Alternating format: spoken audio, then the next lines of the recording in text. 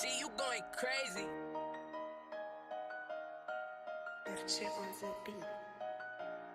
Tonight we going live, tonight we going live, tonight we going live with broken tradition. Tonight we going live, tonight we going live, tonight we going live with broken tradition. Tonight we going live, tonight we going live, tonight we going live with broken tradition. Tonight we going live, tonight we going live, tonight we going live with broken tradition. Tonight we going live, tonight we going live, tonight we going live with broken tradition. Tonight we going live, tonight we going live, tonight we going live with broken tradition. Tonight we going live, tonight we going live, tonight we going live with broken tradition. Tonight we going live, tonight we going live, tonight we going live with broken tradition. Tonight we going live, tonight we going live, tonight we going live with broken tradition. Tonight we going live, tonight we going live, tonight we going live with broken tradition. Tonight we going live, tonight we going live, tonight we going live with broken tradition. Tonight we going live, tonight we going live, tonight we going live with broken tradition. Tonight we going live,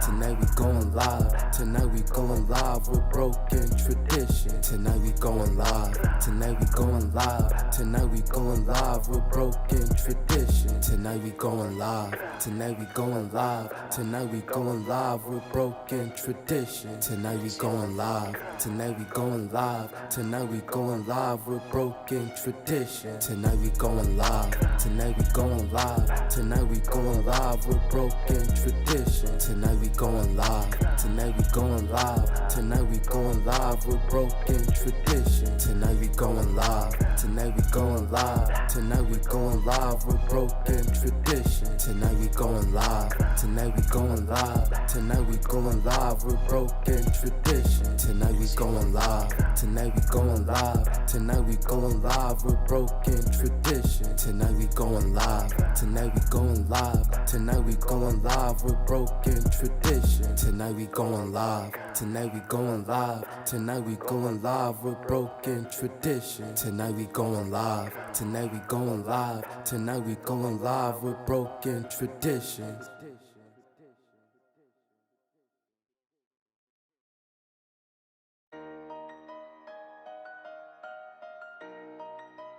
Yo, G, you going crazy.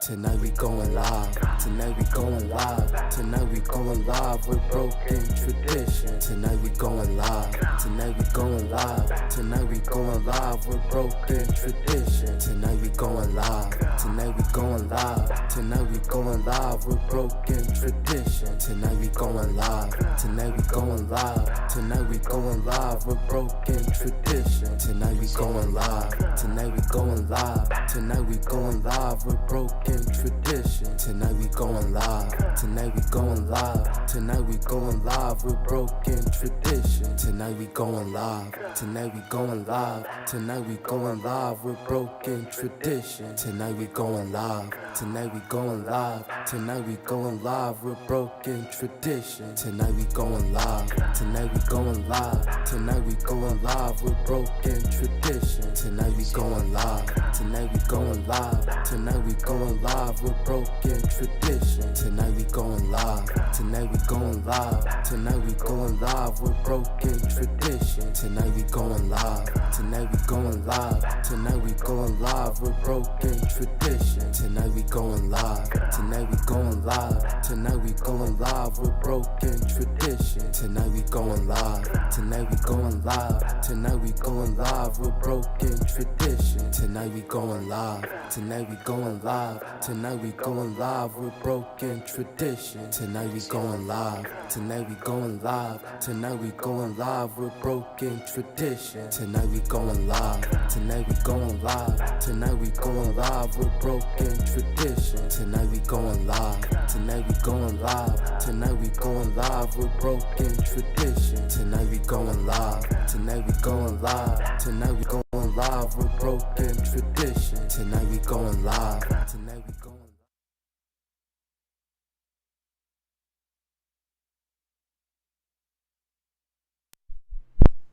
My bad. That's a good way to start the show. What is going on, people? What is going on? I see people coming in. Make sure you guys hit the like button. You know what I mean? I got a comment already from Silent Rage. I kind of like Silent Rage comments. I see Silent Rage. Subscribe. Racists from all races will be represented this month. I do believe so, man. There's a lot to unpack today, man. There's a lot to unpack today. You know what I mean? It's a lot to unpack today. What's going on? What's going on? You know what I'm saying? Surf's up. Raymundo. Who is Raymundo? Raymundo. Trying to think where that's from. I'm not sure where that's from. I know that my little app right here is looking crazy. You know what I mean? What is this thing called? My YouTube studio is looking crazy right here. But I still gotta get some things together before we get going. You know what I mean? Before we get going. Rocket Power. That's what I thought that was from. I thought that was from Rocket Power. I thought that's what that was from. Shout out to Rocket Power. Shout out to, I guess, Nickelodeon and all that, right? Shout out to not Rocket Power, Nickelodeon. Yeah, I see people coming in. You guys coming in, hit the like button. You know how the algorithm works. The more likes and YouTube start recommending this to other people. You know what I mean? All right, let's get some things going, man.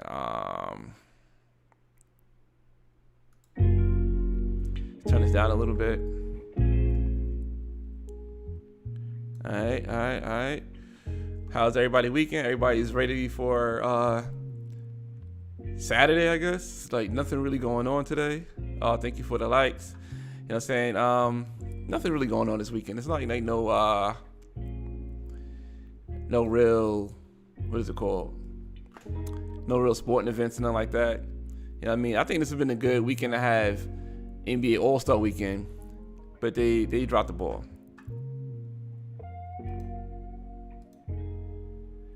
So them clowns age restricted a private video. Well, you gotta explain what that is. What are you talking about with that? They age restricted a private video. What private video? I guess you explain it later in the comments. Hold on, I gotta get one more thing popping off here. But yeah, this is gonna be one of those not too much. Thank you. Not too much. Like fun videos, right? I just want to get straight into it, man, because there's a lot of things to unpack. You know what I'm saying? I put the clickbait. What's it called? The clickbait banner up. Why is this installed this whole thing? So I put the clickbait banner saying that, is this the most racist month? The racist week in Black History Month, the first week. And I don't think it's racist. I just think there's a lot of things going on. Like, we got Whoopi Goldberg. We got Brian Flores. We got W. Kamau Bell coming out with the Bill Cosby documentary, which came out in January 30th. But January 30th is damn near the first of the month, right? In my opinion. And not to mention, too, for those who was in here prior, like in the beginning, did y'all hear my new intro song? You know what I'm saying? My son just made that song a few minutes ago. Okay, see, I didn't even see the video. My son made a new song for me. I co-wrote it. He engineered it. You know what I'm saying? We just busted out real quick. And I got a new theme song. You know what I mean? I got a new theme song for the weekly lives or the impromptu Friday live. So this is an impromptu Friday live. No, he did not charge me. You know what I'm saying? He did not charge me for the song because I bought Chinese food tonight. You know what I mean? So and I made breakfast this morning too while he was asleep. So he don't go to school on Fridays. He go to school on he got school tomorrow though. He do got school tomorrow.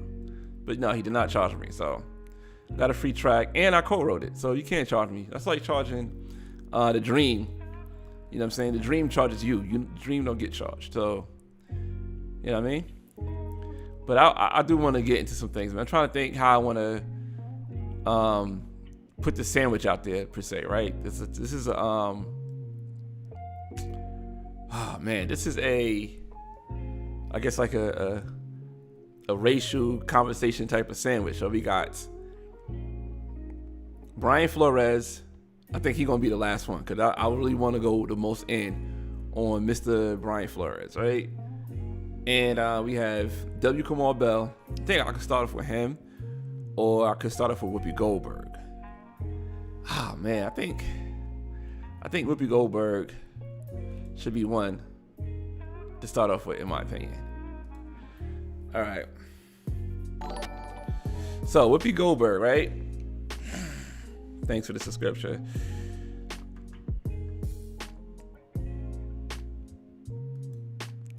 You say you take your Reddit Christmas. It's time to get live. Yeah, I came up with the idea. I thought it was dope. Honestly, we worked on it together. Honestly, to get to the ladies first, I was thinking the same thing, Sean. So honestly, I was like, I want to say Wednesday Night Live. We broke the traditions, but now I changed it to tonight we're going live, something like that, whatever it was. But I changed it up because I was like, you know what, I'm not going to keep it like that because I might go live on a different day. You know what I mean? So I didn't want to just be subjected just to Wednesday or trapped to Wednesday. But my man Sean said we're gonna go with Whoopi Goldberg first, man. Let's go with Whoopi Goldberg. Whoopi Goldberg. There's a lot to unpack with Miss Whoopi Goldberg. You know what I mean? Whoopi Goldberg.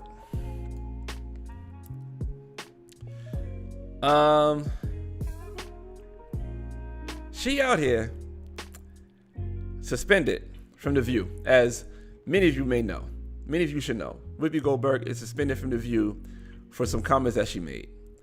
And I think it's fitting for me to play the comments right now, right? I'm not going to just jump into it. I should just play the comments first so we all have understanding. Some people might not know what Whoopi Goldberg said. You know what I mean?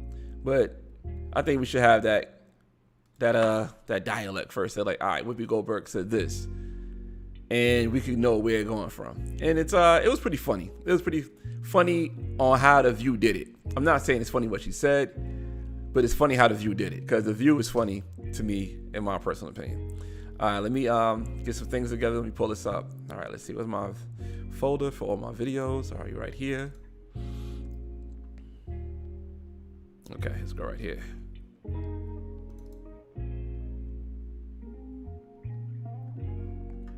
All right. Just bear with your boy.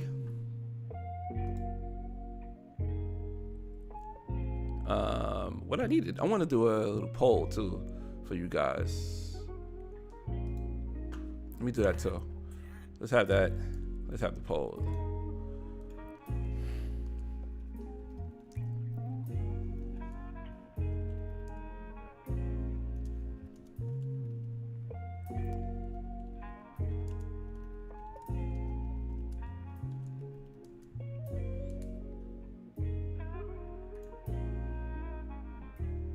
Oh man.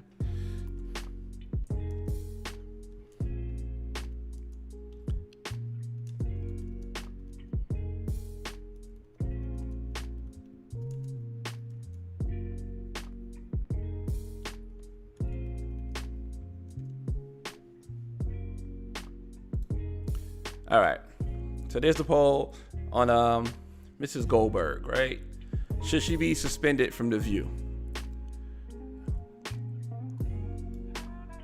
So people coming in, I appreciate you guys. Hit the like button, but we about to now get on Mrs. Whoopi Goldberg, the Berg of the Gold, right? The Berg of the Gold. All right, let's do this, man.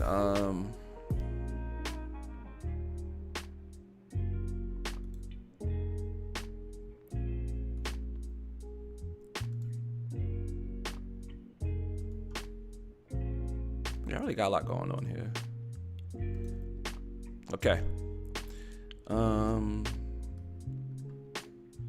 Let's pause this for a second so we get this in full context.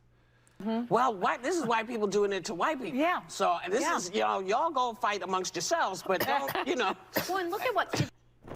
Well, also, if you're going to do this, then let's be truthful about it, because the Holocaust isn't about race. No. No, it's not about race. It is. Well, they No, consider it's Jews about a different race. But it's not about race. It's not about race. What is it about? Because it's about man's inhumanity to man. That's what it's about. But it's about white supremacy. It's Well, about but going it's not- after it's Jews not about and ideal race. gypsies It's- and but these are two Romans. white groups of people. Well, they How go do we after black They people just see too. them as white And they people. go But you're after missing the homosexuals. point. You're Yeah. missing the point. Yeah. The minute you turn it into race, it goes down this alley. Let's talk about it for what it is. It's how people treat each other. It's a problem. It doesn't matter if you're black or white, because black, white, Jews, everybody eats each other. So if you're uncomfortable, if you hear about mouse, should you be worried? Should your child say, oh my God, I wonder if that's me? No, that's not what they're gonna say. They're gonna say, I don't wanna be like that. Well, hopefully. I want to be cool. Yeah, And Meanwhile- yeah, most kids, they don't want to be cruel. No, they don't. And we're living in an era where people are comparing vaccine cards to the yellow stars, where people are comparing vaccinations to what Anne Frank went through. Yeah. So it is necessary for kids to learn about They the have Holocaust. to. By the way, man's inhumanity to man, however it exposes itself. I have to cut you off. I just want to say that mouse was banned and it flew to the top 20 of Amazon's rules last week, charts. Yes. People, the more you ban We'll it, be the right more back. we want to read it. All right, so there you have it.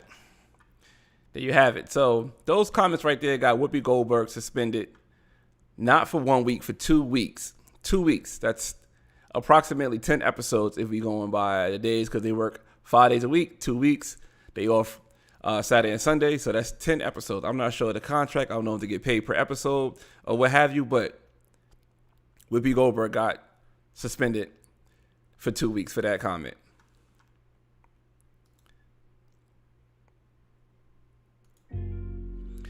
Yeah, man, that's crazy.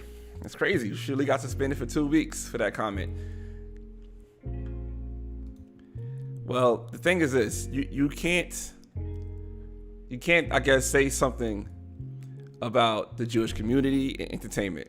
That seems to be a thing. You can't say nothing about the Jewish community in entertainment. So Whoopi Goldberg broke that unwritten rule, or maybe it's written somewhere, but what have you, Whoopi Goldberg broke that rule. And they saying that the people from The View is upset about that. You know what I'm saying? They saying they're upset. They're like her co-host, they're upset that she got suspended. And you know, I think that's cool. I think that's cool that they have her back. You know what I'm saying? They have her back because The View do speak on a whole bunch of different racial things, a whole bunch of identity things, and they had that conversation. And Whoopi Goldberg stepped over the line according to the powers that be. So they suspended her for those comments. In my opinion, man, she did the apology tour. She did the thing like, you know, I'm sorry. People schooled me on this. You know, I'm grateful that I had people I could have this conversation with. You know, she had that conversation with people. So I was like, all right, that's cool. That's cool that she did that. You know, because they do that when somebody say something very inappropriate. You got to be extremely inappropriate to say something about black people. Or it got to be extremely inappropriate to say something about Asian people. It got to be extremely inappropriate to say something about Latino people. You know what I mean? But if you say something about the Jewish Holocaust, you know, you have to go to sensitivity training and you got to be suspended.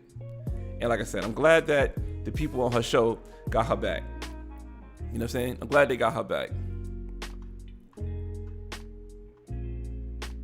Oh, he said, I understand they feel that they are race, but if Tiffany Haddish and Sammy Davis Jr., it is iffy to me.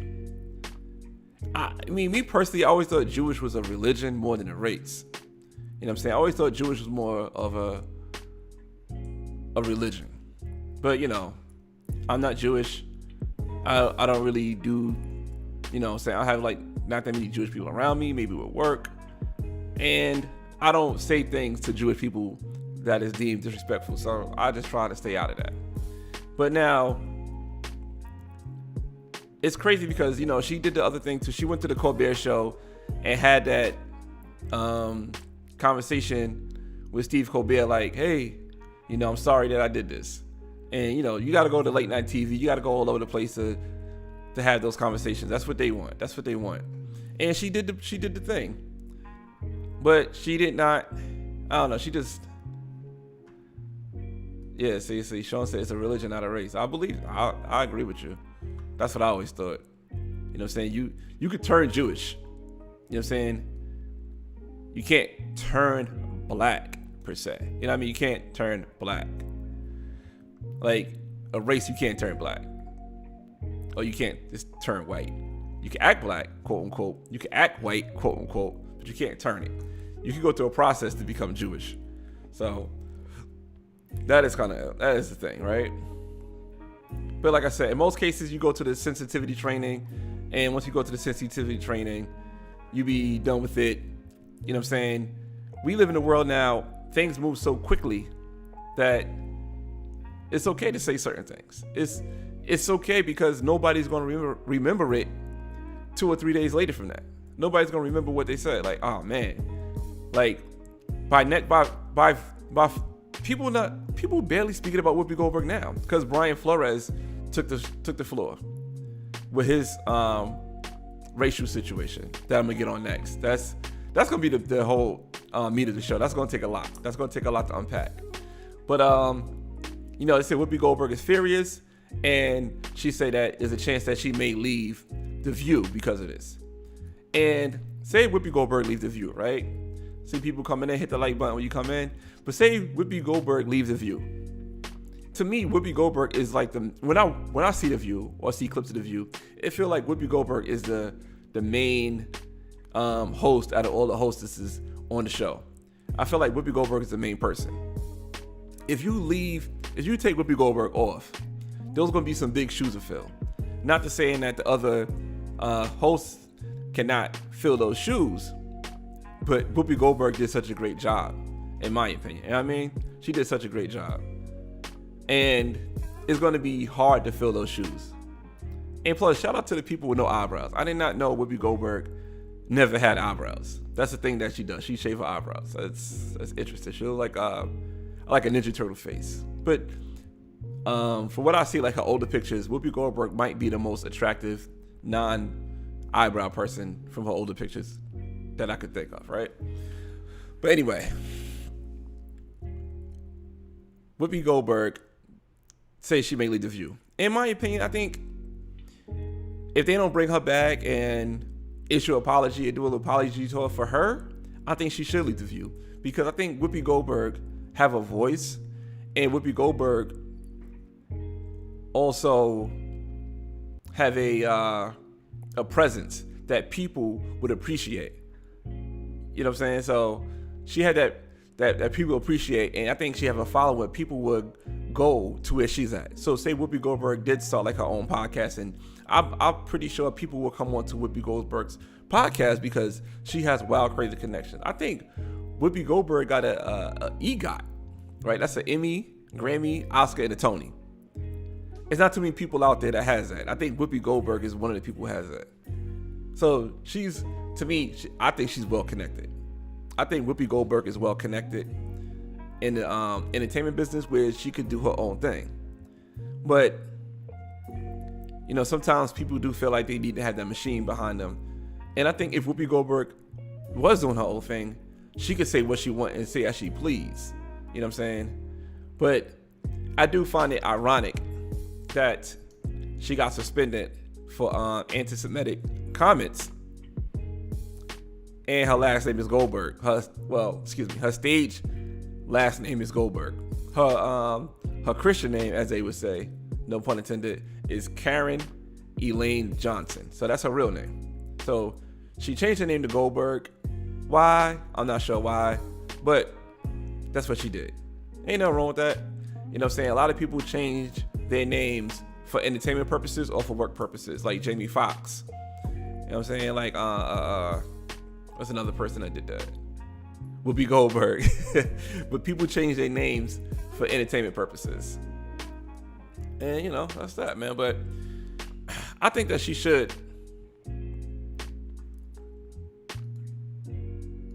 That's true. Disney don't play that. They don't. but she could say things. She could say things about any other race or any other culture. You know what I'm saying? Say things inappropriate, but from what I understand, from what I've seen, the last person that got away with saying something about the Jewish community was Ice Cube when he was getting at Jerry Heller and Eazy-E. He's probably the last person that got away with that. But Whoopi Goldberg learned, you know what I'm saying? She got Nick Cannon. Nick Cannon had to learn. Can't think of too many other people that say things about the Jewish community besides Larry David. Larry David get away with it. Shout out to Larry David. He gets away with that on Curb Your Enthusiasm. He gets away with it. He got a whole bunch of jokes. Yeah, see? That's what Sean just said. I guess she was Jewish, it would be okay then. Yeah, I guess it's like us with the N-word, right? Like, long as we say it, it's cool. But if somebody else says it, it's an issue. So, yeah. You know what I'm saying? But, see, he's Jewish. So, I guess if you're a part of that group, you could say those type of things. You know what I'm saying? If you're a part of that group, you could say those type of things. But I guess her name comes from that group, but not her lifestyle.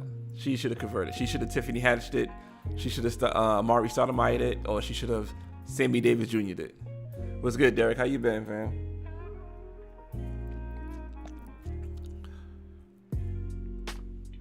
What's good, Derek?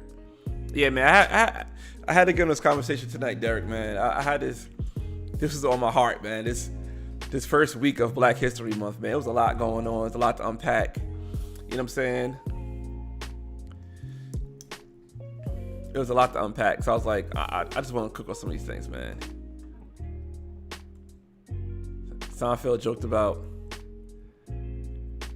sleeping through Schindler's List. Yeah. See, if you're not, stay in your lane. That's true, too. Stay in your lane, man. Stay in your lane. Stay in your lane, like the great American philosopher LeVar Ball said. Stay in your lane. Stay in your lane. He said that to Christy Nahy, and that was a big thing. That was a big thing. Black man telling a white woman to stay in her lane. That was a big thing. But let me show you the example of something that I guess Joe Rogan said once upon a time.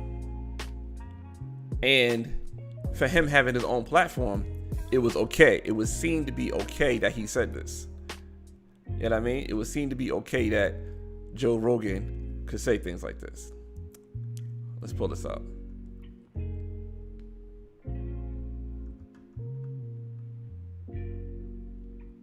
And granted, too, this is a few years ago. So it's not like this was something that's recent, but this was definitely a couple years ago, what Joe Rogan said.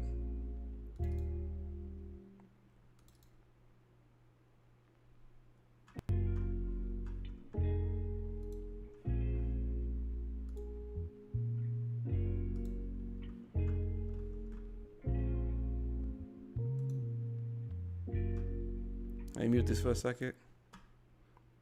Yeah, we can't go to there. So I go, you got to go to one where there's Planet of the Apes, man. We're going to go see Planet of the Apes. So I look on the iPhone app, and it says, okay, take me to this one.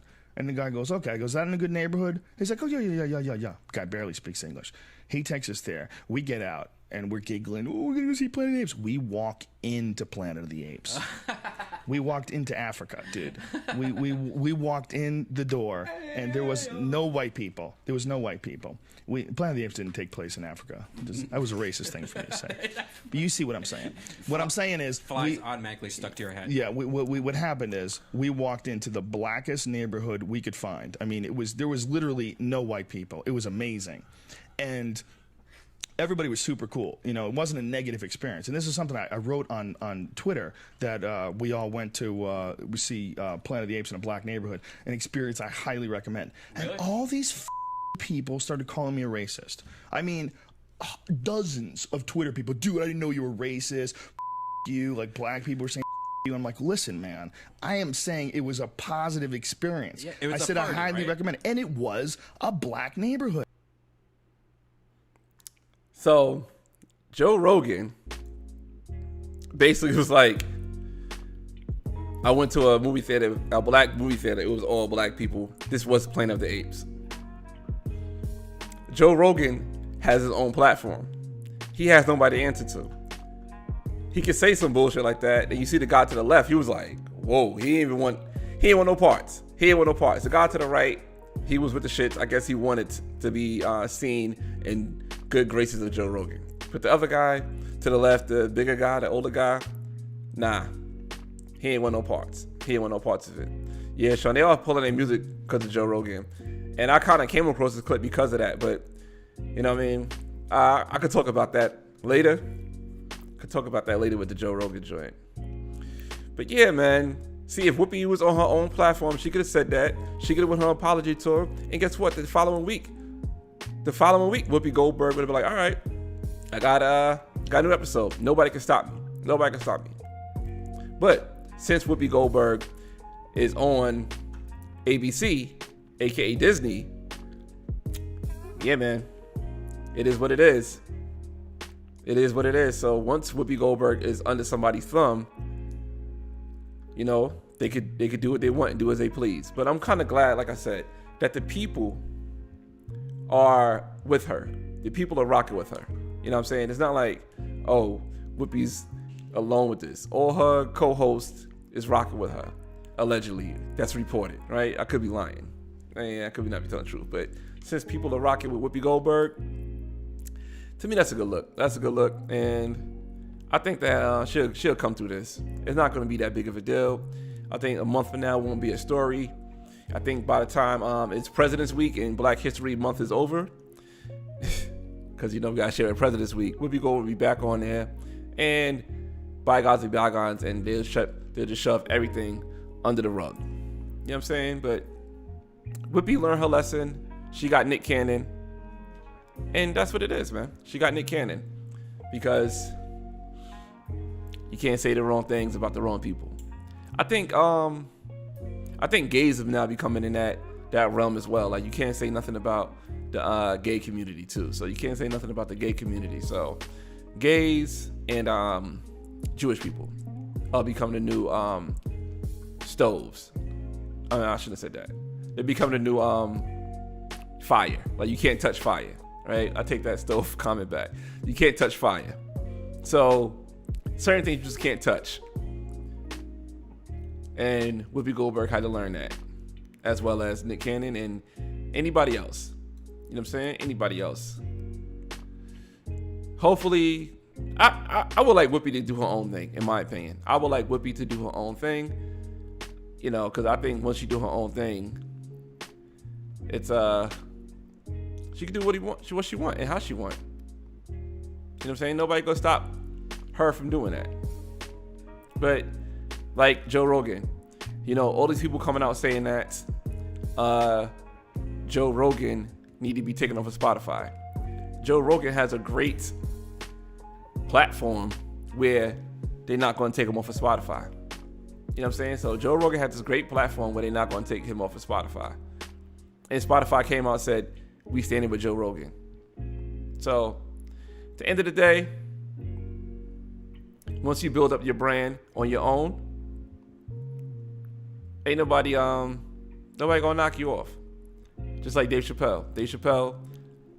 I think Dave Chappelle's comedy skit was low key about Jewish people the whole time, cause he kind of started like in the middle of it, like cause beginning middle of it was about space Jews, and he ended it with space Jews. But Dave Chappelle is so solidified, he could get away with that. And the crazy part is the space Jews part didn't really take off as much as the LGBTQA part. So, Whoopi, build your own. Once you build your own, they can't take from you. That's just the rules. That's the rules. Once you build your own, they can't take from you, man. They can't take from you. Yeah, that's all I got on Whoopi. And I got a little more. My bad. I do admire the Jewish community because they have it on lock. You know what I'm saying? They have it on lock where you say something that some people, it's an arguable fact, right? If that's even the thing.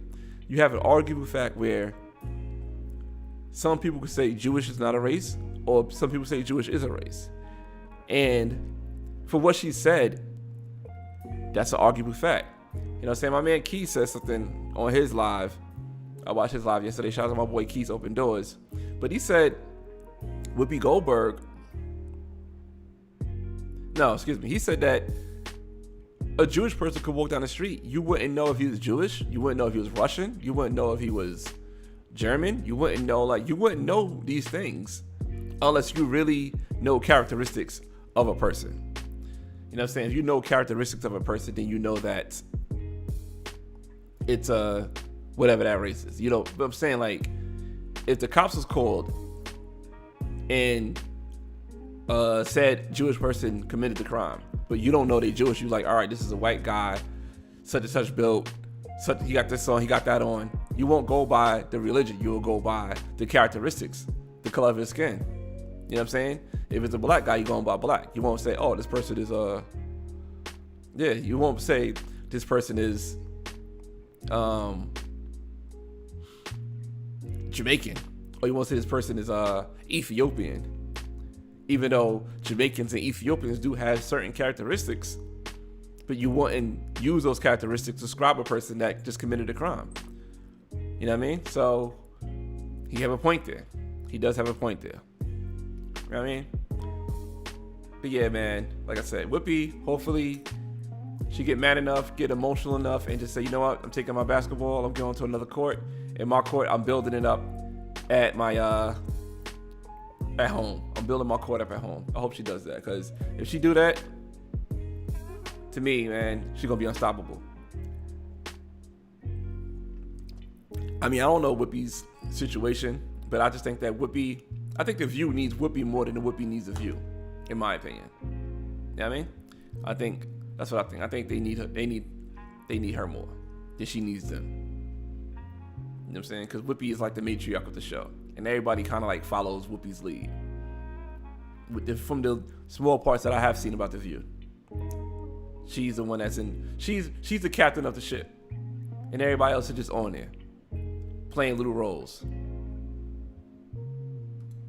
You know what I'm saying? Yep, he's right. Yeah, man.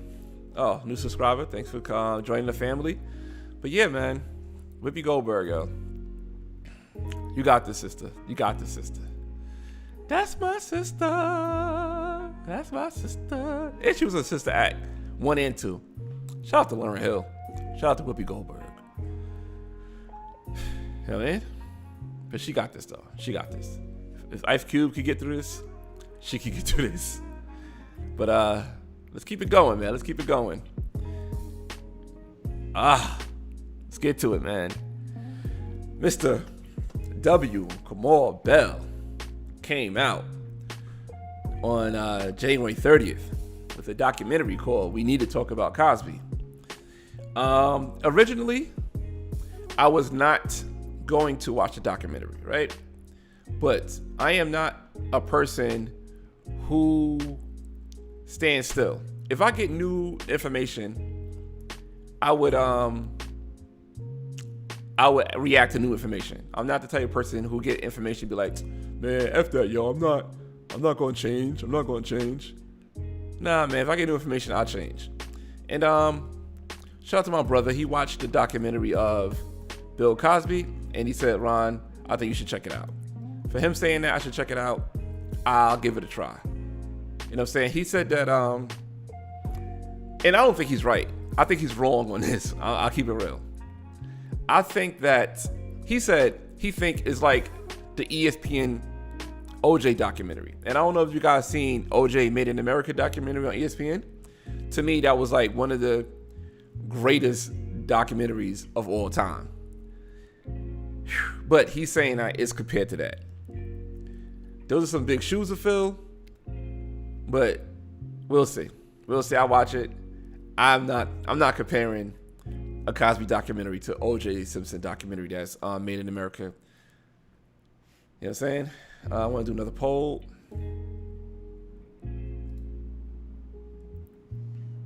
Well, I'm going to do one poll. What the heck is going on? I guess so. Oh no, here we go. Look at another poll. All right. Did you guys? I know my brother did. He could answer it. What's going on my keyboard?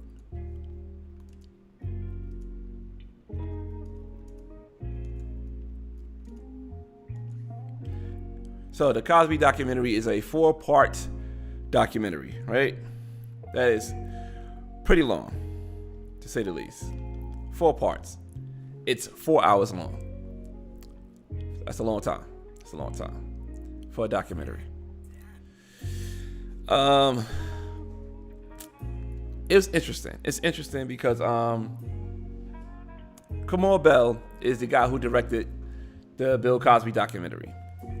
And I did a video, and I was kind of happy that Kamal Bell was facing backlash for doing this video. I was kind of happy that he was facing backlash because I felt like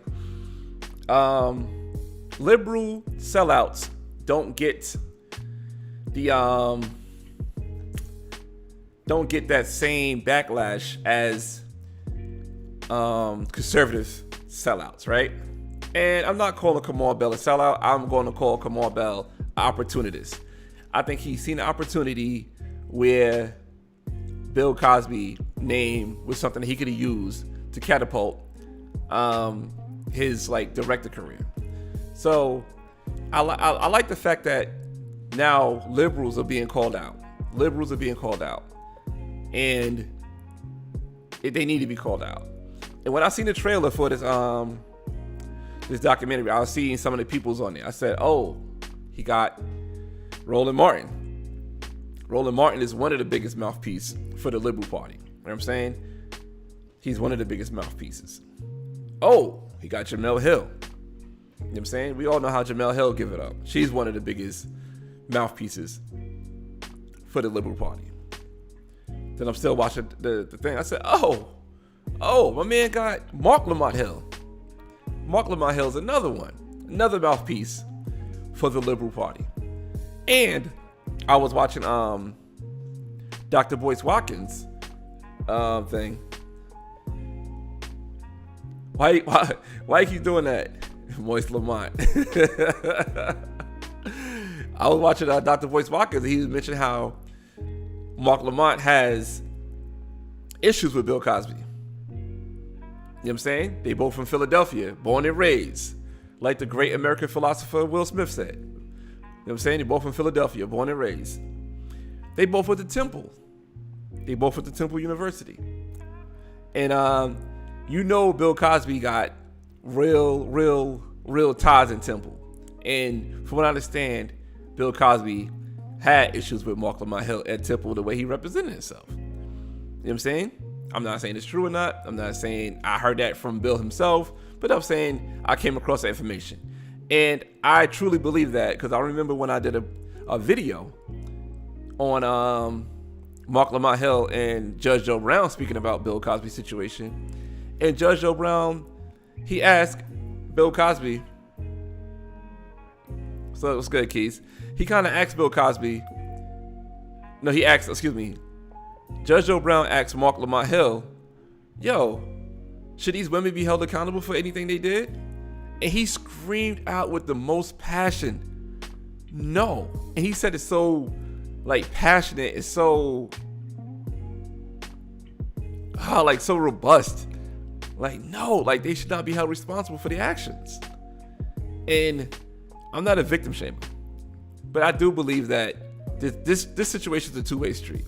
In my opinion, it's a two-way street. You know what I mean? It's a two-way street. But I am going to watch the documentary because I told my brother I'm going to watch it, and we do have our podcast, and I want to speak about it on the podcast.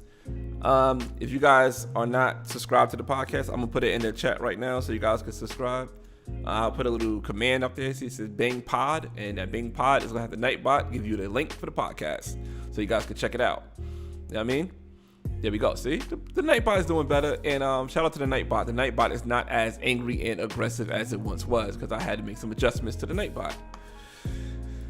Oh, see, more stuff in the Nightbot. All right, so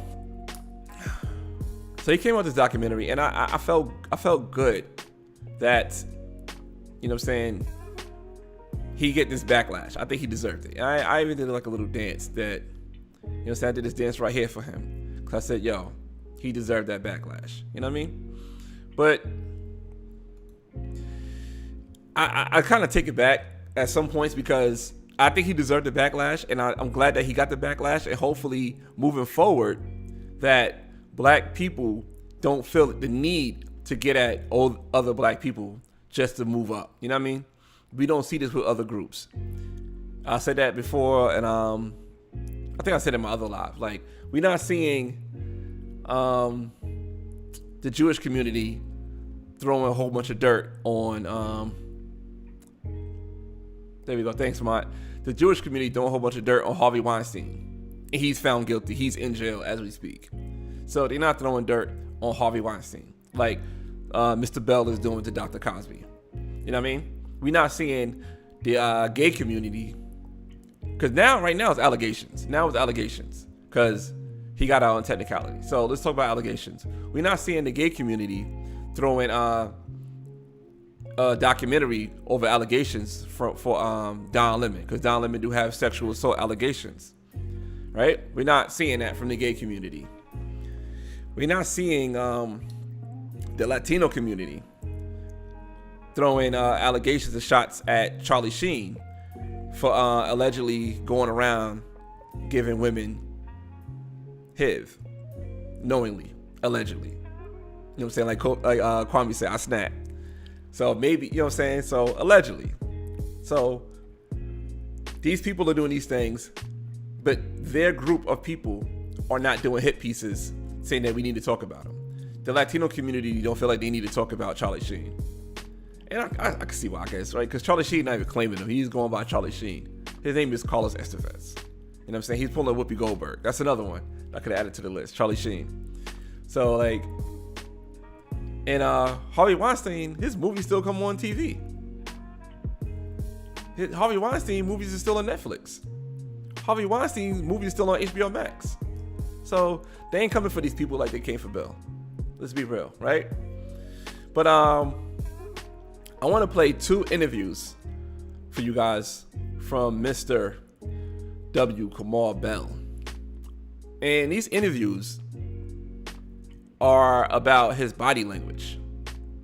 That's what to me the most important was W. Kamau Bell's body language, because he looks like, yeah, I fucked up. He looked like I fucked up. And the things that he said.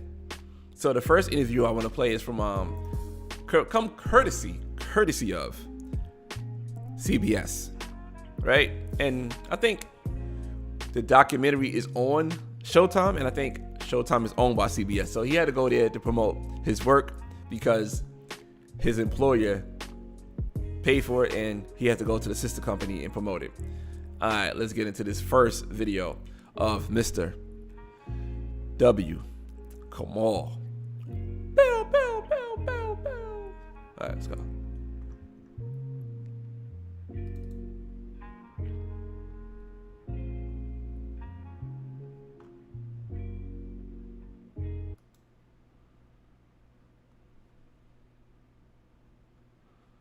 Come on, India, that's not it.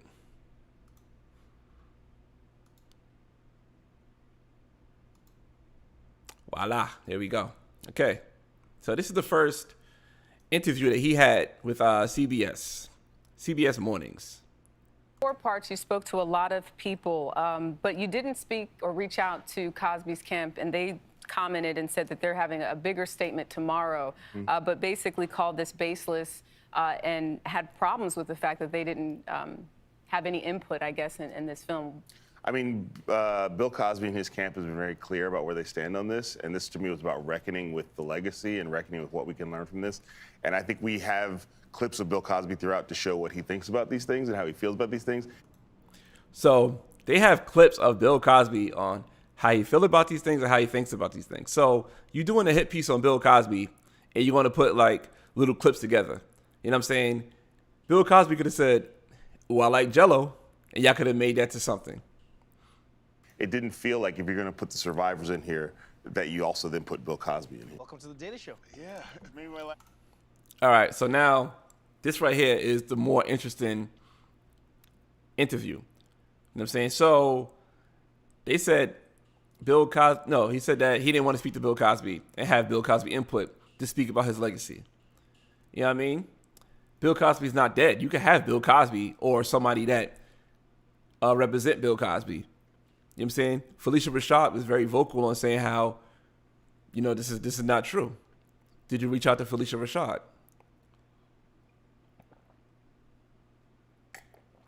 Everybody loved Claire Huxtable.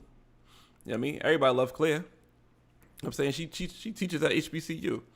But here we have W. Kamau Bell and Trevor Noah from The Daily Show. This has come courtesy of Comedy Central. We're using this for entertainment purposes only. YouTube do not do their strikes that you love to do to me.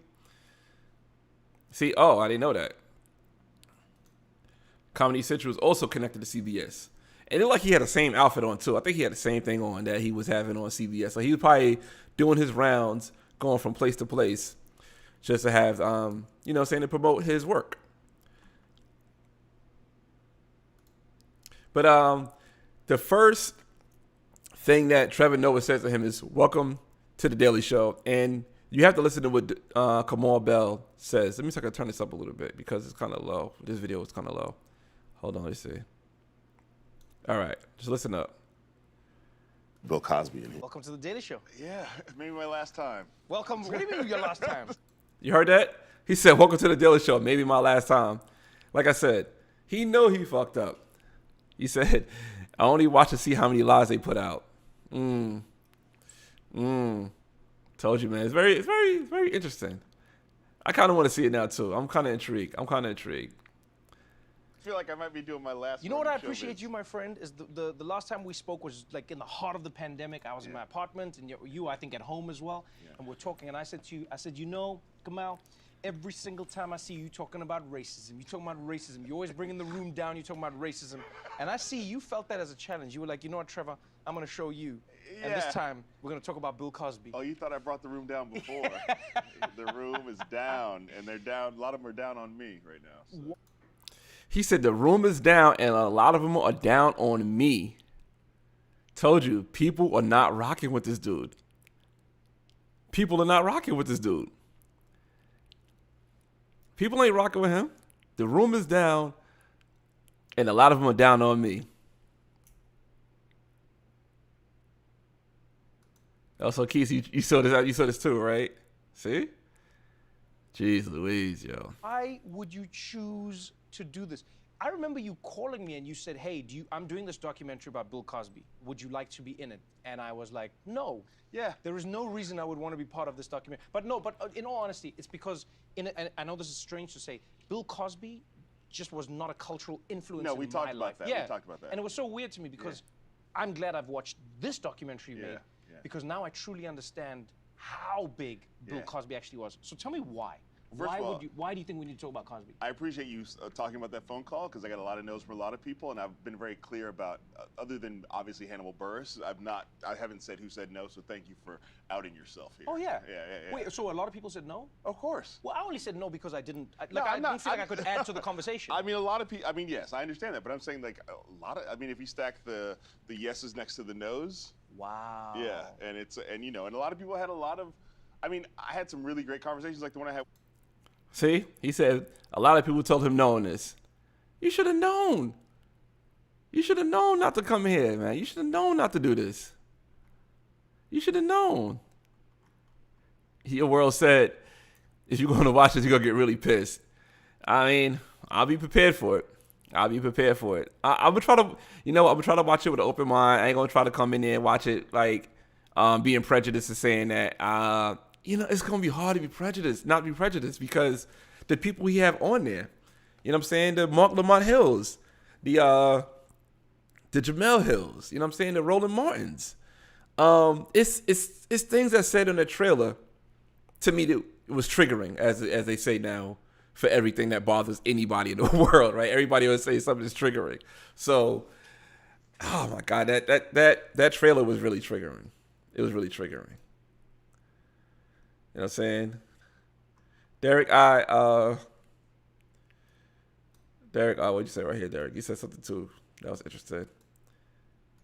So I never heard of him until it hit Peace on Collar. I ain't gonna lie, I seen this guy around. I thought he was Ben Wallace from the Detroit Pistons, from the, you know what I mean, from that glory days, like in 02, 03 was winning them championships. But yeah, man, I ain't know who this dude was either. And I'm gonna just say this. I'm gonna put this out there. Let's talk about the elephant in the room, about the three people that we talked about today, right? Whoopi Goldberg, W. Kamau Bell, and Brian Flores. Now, Whoopi Goldberg, she dabbled in this world, but I think her daughter is fully black. But now, W. Kamau Bell and Brian Flores both have something in common. They both have white wives. I feel like a lot of times, and I could be wrong, but this is just my observation. This is not a fact. This is my observation. When someone is in the liberal type of circles, right? Like the liberal circles and that wokeism that had to be pushed so hard. A lot of times these men have white wives or white partners. It feels like they have to prove their blackness by doing certain things. And they do things, to me, in my opinion, that's by this liberal agenda. Because you see people that's on the conservative agenda, not to say that they're right too, but you see them standing on their square no matter what. You know what I mean? You see them standing on their square. You see, but they also do have biracial relationships. Like Candace Parker's in a biracial relationship as well. Matter of fact, I guess that's the thing. Because I'm now thinking about Candace Parker. She do fit in the category as these two, but she just on the other side. You know what I mean? She's on the other side of the wing. So yeah, I think that's a thing. I don't know. We're gonna unpack that later. That's something that we can unpack later. I'm gonna shelve that thought. But let's continue with this brother here. With people for a long time that ended in no. Yeah, yeah. So when you were getting all the no's, did you think, ooh, should I not be making this thing? Yeah. She said, when you were getting all these no's, did you feel like I should not be making this thing? He said, yeah. You got a lot of no's. People wasn't with this. And when you made it, people are still not with it. That's the end of the video right there. But yeah, people are still not with this nonsense you did. But like I said, I am going to watch it, and I'm gonna try to watch it with a non-prejudice mindset. I'm gonna try to watch it with a non-prejudice mindset because I already have a feeling that, oh man, yo. You know what killed me too on the preview? When it was like, he put all these clues out there to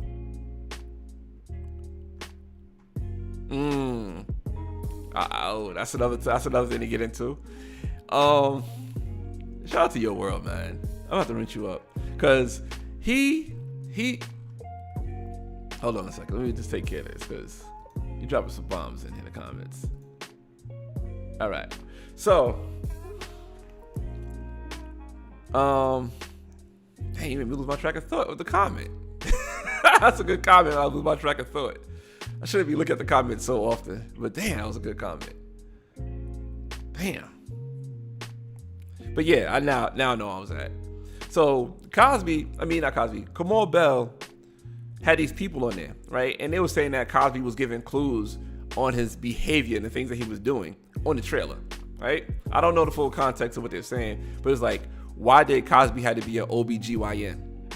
Why Cosby couldn't be a dentist? He's giving you clues that he was doing these things with women. To me, you know what I'm saying? To me, looking at this, Cosby was just with women that wanted to get ahead. Say it like this. Cosby was with women that wanted to get ahead. Cosby was, at the time where these accusations took place, Cosby was one of the most popular entertainers in the world. There was no Instagram. There was no Twitter. There was no way of blowing up on your own merit like there is now with social media. So you had to know somebody to get in these type of circles. And a lot of times, let's keep it real, a lot of these people were not talented. Like right now, you don't need to be talented to be famous. But fame is a hell of a drug. And for drugs, you would do anything to get to that fame. You know what I mean? Excuse me while I moisturize my lips. But for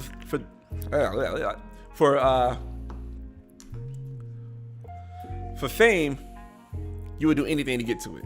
Just like any other drug out there. You know what I mean? I see people who smoke weed that would spend their last on weed. You know what I'm saying? Growing up, I seen people who do crack will break into your car to steal your change to go try to scrum up some money for crack. You know what I mean? That's why when I park my car, I have nothing visible. Even though I park my car in a locked area, you know what I mean? I still put everything away. Phone chargers, everything is away because of that mindset that I had. You know what I mean? So, for a drug such as fame, it may not be a physical substance, but it's something that people will love to obtain. And if they see somebody like Bill Cosby, like, yo, I want that fame, all I gotta do is go to his room. All I gotta do is take this pill. Now I take this pill. All I gotta do is do some things with him. You know what I mean? I'm pretty sure that Hugh Hefner could have the same allegations as well. Where's his hit piece?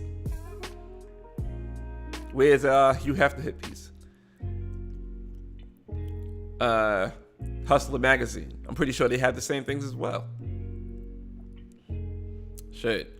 I'm pretty sure they have it for Booty Talk. You know what I mean? Like, people take things to do things to try to get famous. And it's going on back then, and it's going on now. But these black men or black people have to take shots at Bill Cosby. You know what I'm saying? I want to see an Italian director. Wow. Hugh Hefner called pills thigh openers. Is that documented? Is that alleged? I gotta look that up. But that's a big statement right there. He called pills thigh openers.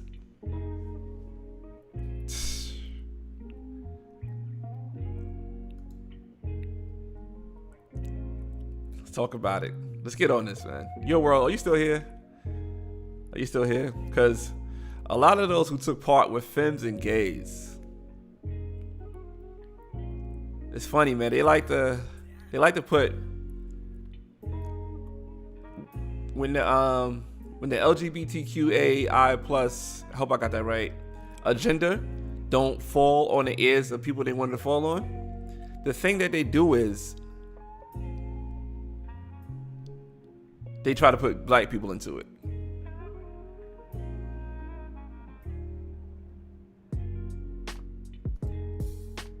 Okay, he's still here.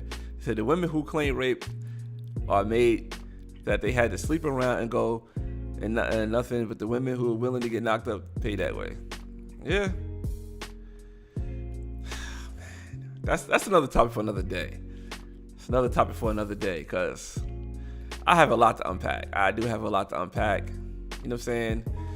And I try not to get off course when I do these videos. I try not to go off course, but I do be going like rants and stuff like that, and it be getting there. It be getting there with the rants. I be getting there, yo.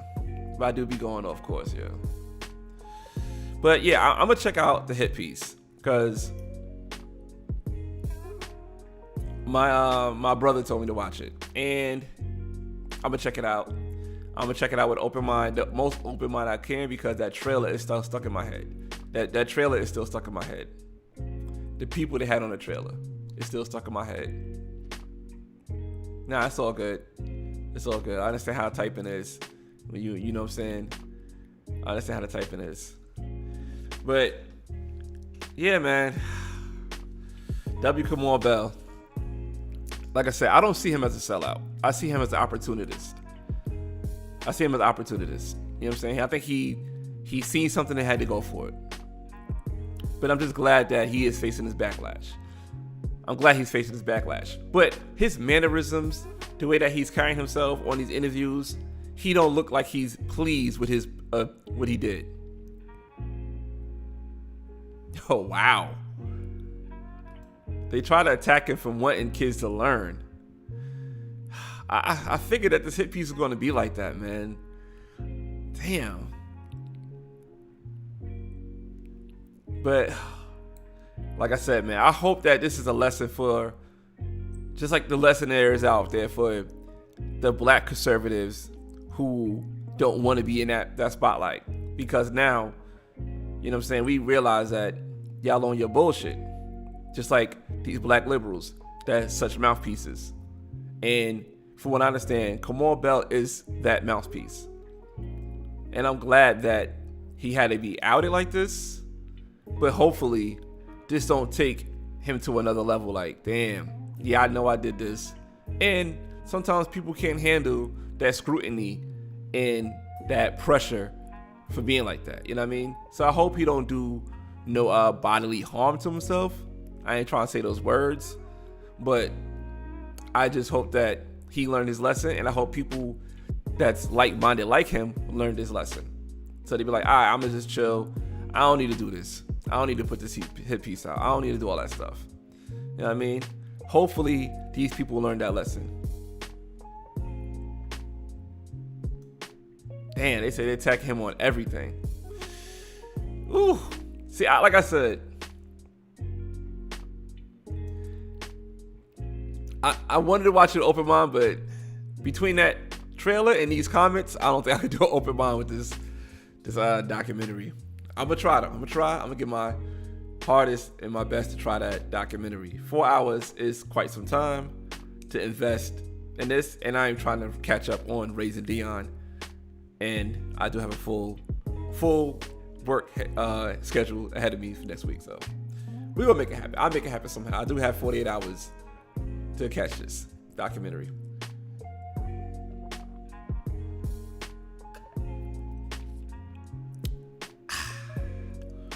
Damn, yo. Damn. All right. So Whippy was the piece of bread. Kamau Bell was the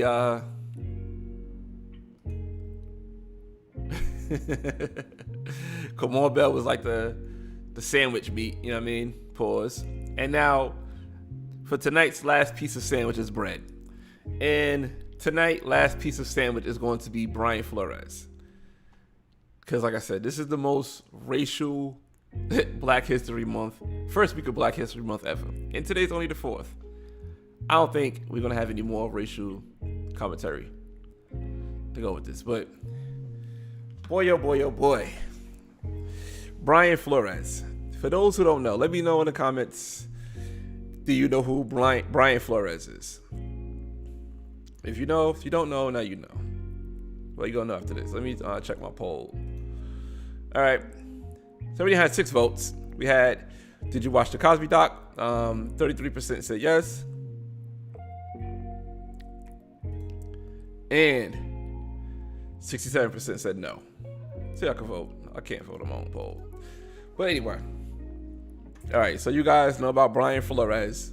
This is the NFL coach that's going to sue the Miami Dolphins, the Denver Broncos, and the New York Football Giants. That's what they call them in New York for some reason. Oh, don't worry about the spelling. We ain't spell check police here. We ain't spell check police. Don't worry about the spelling. You family now. You got the wrench. You know what I'm saying? You earned the wrench. You family now. But we're gonna end this poll. So Brian Flores, man, it's a lot to unpack. This is the one I really want to speak on. I was originally going to do a regular video.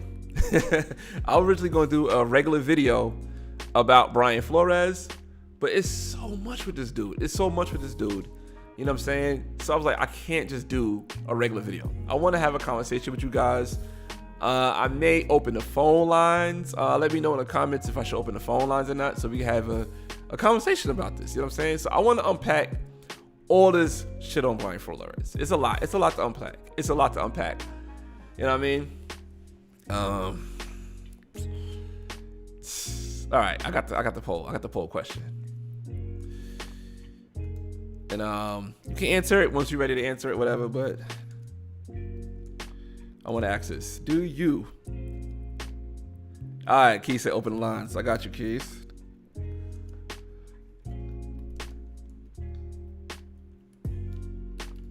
Damn, now I can't spell. Your world, you got me spelling messed up too.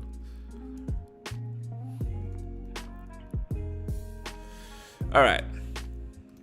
Brian Flores have a case against a racial discriminatory case against, like I said, the Miami Dolphins, Denver Broncos, and the New York Football Giants. Shout out to my traveling. I've been to all those places. I've been to Denver. I've been to. What? Hold on a second. All right. Sorry, I got a phone call on my thing. So I've been to Denver, I've been to Miami, and I've been to New York because I'm from New York. So shout out to Delta, right? Shout out to Delta for taking me there. And Miami, I did first class. New York, I did first class. Denver, I flew coach. You know what I'm saying? Sometimes you gotta fly first class. Do I pay for it? No, but I do it. But anyway, Brian Flores, man, it's a lot to unpack. I'm gonna say this. I'm indifferent when it comes to the Brian Flores. All right, Derek said he's supported. I'm indifferent. I support the effort, right? I support the effort of what he's trying to do. I support the effort of, I give him, how you say it? I give him an E for effort. I give him an E for effort. But his approach is wild, sloppy. You can't make this up, what this man is doing. Brian Flores is sloppy. Let's be real. Oh, it's an A for effort. You know what I'm saying? So, like I said, man, we're not in grammar class. Good looking Keith on the thing. But Brian Flores is one of the most sloppiest things I've seen for like a racial type of movement I've ever seen in football, right? Sometimes people are comparing him to Colin Kaepernick. And let's be real. I love that. We're the only group of people that can call an organization racist that ask for a job. Yo, there's a line that I heard somebody say. I don't know who I'm getting this quote from, but I heard it. I'm getting it from the Spirit. I'm getting it from the Lord, I guess. Black people buy what they want and ask for what they need. Let's take that to the bank. They said black people buy what they want and ask for what they need. Damn, we put that back up there, yo. We need more time on that one. Woo. Let that marinate for a second, yo. Bo, what is good with you? My man Bo Carter in the building, yo. It's my man Bo right there, man. My man BC, yo. All right, let's get this Brian Flores thing, man. One more time. Because that right there was a gem. That was a gem. We're the only group of people that call an organization racist, but then ask for a job. Oh, man. All right. Brian Flores, right? Let's give him his props. He's jumped out the window like the great American philosopher from Harlem, Ron Browse. He jumped out the window with this one. Man. But Damn. All right. There's a lot to unpack, man. I'm trying to see what direction I want to go with Brian Flores. He jumped out the window. He said, you know what? The NFL is racist because they interviewed me for a job and they already gave the job to somebody else. You know what I mean? And Brian Flores, the job that he interviewed for that he was upset about, I think, in my opinion, was the New York Football Giants, right? And let's unpack why. One, Brian Flores is from Brooklyn. He's from Brooklyn, New York, right? So imagine there's an opportunity for you to go back to your home state and work your dream job, right? And also, not to mention, you just got let go from a fucked up situation, right? The Dolphins was a real bad situation. Real bad situation. Because he had Tua as his quarterback, which he didn't want. His GM didn't like him, which was another black dude. That's a lot to unpack.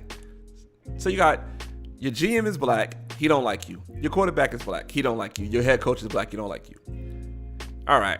So that means it's time to go, right? It's time to go. You leave the job. Everybody who has one pair of eyes, unless you got glasses. Everybody who has one pair of eyes could see that your man, Brian Flores, is a good ass coach, right? Brian Flores is 40 years old. The median for the football coaches is 49 in the NFL. So he's already ahead of the curve. He's 9 years younger than the median. Not to mention you have somebody like Bruce Arians that's pushing like 80. Bruce Arians is like Joe Biden's age. You know what I'm saying? He's on his way out. It's a good chance that Bruce Arians is on his way out. You know what I mean?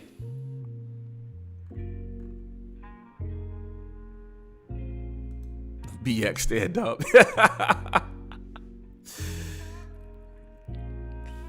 He said, I got mixed feelings about this, but I want the NFL to get its karma so bad. We're going to unpack some things tonight. It's going to be one of them nights. This is going to be one of those, either you love me or hate me after this one. You know what I mean? First of all, neither one of y'all in the Bronx right now. But that's neither here nor there. All right. Because I had mixed feelings about it, but let's just unpack some things on Mr. Brian Flores, shall we? I want to play Brian Flores on ESPN, right? I'm gonna play some things that I snatched up for Twitter, right? So first time I'm gonna play from Brian Flores is him on Get Up with Brian Greenberg. I forgot Greenberg's name, man. I haven't watched ESPN that long. I don't know Greenberg's first name. I just know he's Greeny. Mike, because he was on Mike and Mike. Damn, that's how off I am. So Mike Greenberg was on with Brian Flores, right? And he came on. He did a whole bunch of interviews about his lawsuit, which is interesting because when people file for lawsuits, they always say I can't talk too much because things are going on in court. But he's doing the quite opposite. But let's get on Mr. Brian Flores on Get Up. All right, let's go.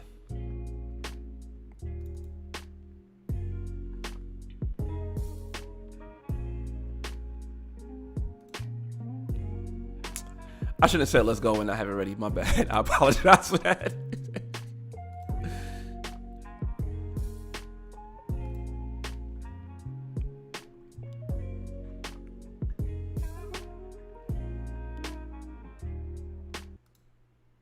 All right. So this is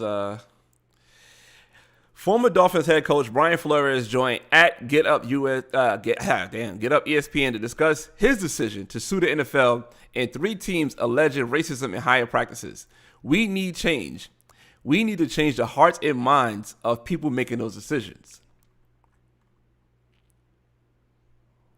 All right, let's play this. Black coaches. Move around the back, my bad. You filed this lawsuit, which you are aware is obviously going to have enormous repercussions. What was the tipping point for you through your experiences that made you feel this was something you needed to do? Well, I mean, just, I've been on, several interviews over the years. And Look, I mean, we didn't have to file a lawsuit for the world to know that there's an issue from a hiring and firing practices in the National Football League. Why, that's correct. A lot of people have pointed this out. So why did you feel you needed to do this? Because we need change. That was the number one reason. And I know there's a sacrifice, there's risk to that, but at the end of the day, we need change. We need change. I know many very capable black coaches, some of my staff who I know, if given an opportunity or when given an opportunity, are going to go and do a great job on their interview. And I would just hate for that to be a waste. And I think, you know, we need to change the hearts and minds of the people making those decisions. That's why you know, we filed the lawsuit. Who are those people? Who specifically do you think needs the change? The owners of the NFL. All right, so that's our man Brian Flores fighting the fight. Like I said, it's a lot to unpack. First of all, in his lawsuit, he decided to drop it February 1st for Black History Month. I feel like him dropping it on February 1st for Black History Month was a social media type move. Like, oh, this is what we're going to do for social media. People going to love the fact that, you know what I mean? Black History Month, we're going to fight against NFL, right? We're going to fight against NFL. And it's very interesting that this man is fighting this fight against NFL and saying that, you know, it's racial practices that he didn't get the job. To this, right now, February 4th, 10:08 p.m. Eastern Standard Time, Brian Flores is the leading candidate for the Houston Texans job. They still considering hiring him because of what he did in Florida. And they want that to be brought over to Texas with a subpar quarterback and a bum-ass team. So he's still being considered for jobs. He didn't even let this play out yet. And he dropped this. Who is he doing this for, right? Let's keep it going. Let's keep it going. This, you know, I want to play some other analysts, right? I want to play some other analysts. I want to play Shannon Sharp on what show Shannon Sharp is on? Undisputed. And I want to play Stephen A. Smith, because Stephen A. Smith has some things that I thought was very interesting that he said. Very interesting. But I want to play Shannon Sharp first, and then I'll play Stephen A. Smith comments about this Brian Flores situation. But Stephen A. Smith comments were, to me, like, it was on point. It's really on point. I give Stephen A. Smith props to the end, because, you know, Stephen A. Smith will Stephen A. Smith.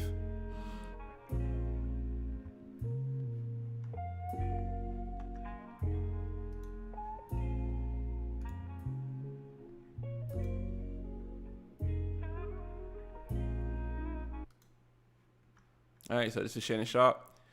We saw what happened to Colin Kaepernick. That's his statement. Doesn't come from a similar. What's the fallback, Skip? We just want to hire the best guy for the job. It seems to me that you think always the best guy for the job happens to look like you. That's not an accident. But Skip, it's like that. Sports are a microcosm of society. That's how it normally works in society. I had to pause it on that. I work in the tech world, right? I work in the tech world. People who are doing the hiring don't hire people that look like them in the tech world. So that's not a microcosm of society. You feel what I'm saying?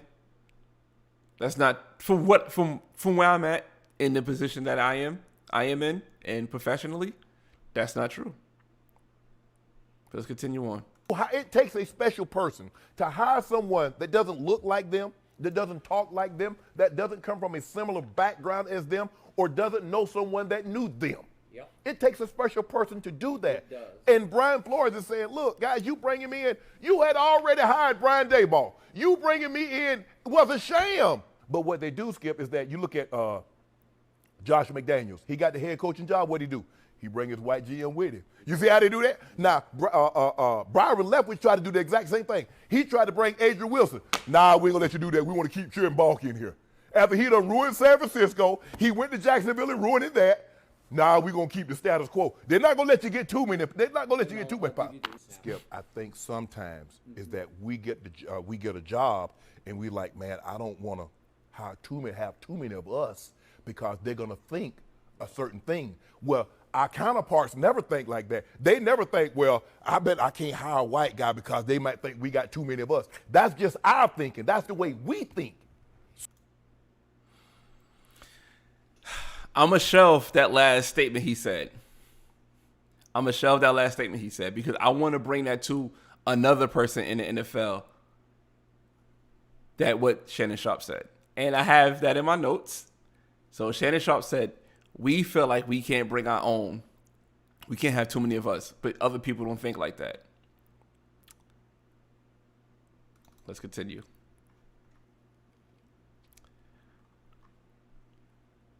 As an organization, when it comes to black.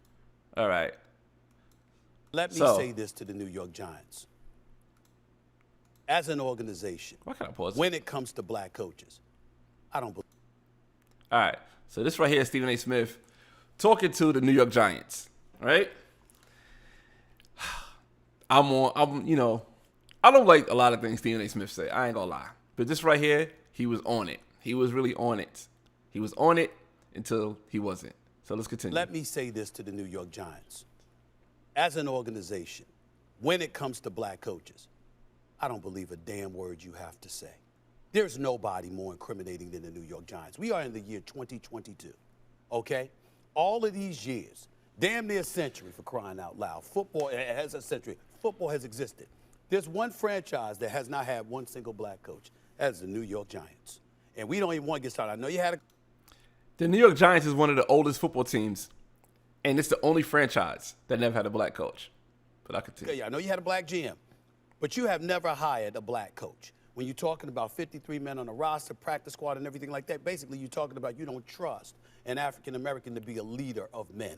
That's the Giants organization, okay? So nobody's giving you the benefit of the doubt. You better be able to prove something, and that's something else. Denver Broncos, different matter. Okay, when you're talking about John Elway being disheveled and looking the way that he looked and accusing him of being inebriated or whatever the case may be, I'm not getting into all of that. What I will say to you is this, Key. The most damning thing that was said that I peeled from this lawsuit is Stephen Ross, the owner for the Miami Dolphins, the guy that has this organization. I want to make sure I look it up. Just remember, the Ross Initiative in Sports for Equality, okay? This is what Stephen Ross, the owner of the Miami Dolphins, has created. He's contributed millions upon millions of dollars to the cause on behalf of African Americans. And you hired Brian Flores. You have a black GM in Chris Greer. And that is the guy that is being accused in a lawsuit of going up to Brian Flores and encouraging him to throw games, to lose games on purpose, and even offering him $100,000 for every game that he lost. If that is found to be true, Stephen Ross can no longer be an owner for an NFL franchise. He's got to go. If that is true, and only if that is true, he's got to go. You talking about compromising the integrity of competition? It's funny that he said that. It's funny he said it because Stephen A. Smith was cool with the process in Philadelphia. But Stephen A. Smith is now saying that this owner shouldn't tank games. Even though I think it's more dangerous to tank games in the NFL because it's more of a physical sport than basketball. But he's okay with them doing that. He was okay with them doing that in basketball. And this is one of the last quotes before I go back to the full screen because I have a lot of things I want to show. Colin Cowherd, right? I'm going to go back to Fox Sports. Colin Cowherd broke down how dysfunctional the Giants are, right? He broke down how dysfunctional the Giants are. The Giants is a dysfunctional organization right now. Like I said, I think Brian Flores wanted to go back to New York because he's from Brooklyn, right? I think he wanted to go back to Brooklyn or go back to New Jersey or just be closer to Brooklyn. A lot of times people from New York love New York so much they don't want to leave it, right? I'm not one of those people. I was okay with leaving New York. But people do not like leaving New York. So, let's get on this Colin Cowherd talking about Brian Flores.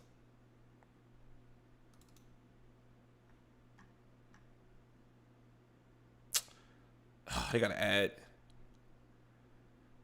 Shout out to everybody who flies Southwest. Live. See how dysfunctional they are? They not even going to the direction they should be going to that work for them. You feel me? They're not even going to the direction of things that was working for them. So they going to the opposite direction. All right. Am I religious? No. But am I faithful? Yes. I'm a man of faith, right? And I believe something that I want and I go hard for it and it's not there, I think God is pulling me away from that because he knows bullshit. And I don't think God uses the word bullshit, but I think God knows that's not for me. Colin Cowherd just gave you crazy examples about that, how dysfunctional this team is, not to mention the players they have, not to mention how they operate. Dysfunctional team, right? Dysfunctional team. God pulled him away from that. That wasn't for him, in my opinion, as being a man of faith. You know what I'm saying? Have you guys seen that Wu-Tang documentary? What's that joint called? Not the documentary, Wu-Tang series on Hulu. I don't know if you guys remember when the RZA got Old Dirty Bastard a contract with Elektra, but Old Dirty Bastard won a contract with Def Jam. Do you know February 4th, 10:20 p.m. Eastern Standard Time, his family's still getting paid from that contract to this day? Because RZA knew that longevity money was better than what Def Jam was offering him. Even though in this show, I don't know if it's true or not, it's, it's based on a true story, but for that show, ODB was mad about that contract.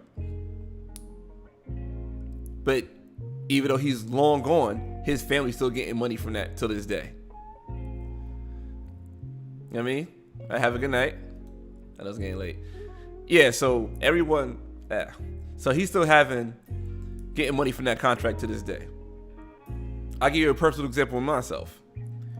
There was a job open in my last job, right? And I was like, I don't want that job. And all the higher ups in the company, from like VPs and, a whole bunch of management. LeBron, you should go for this position. You the perfect shoe-in for this position.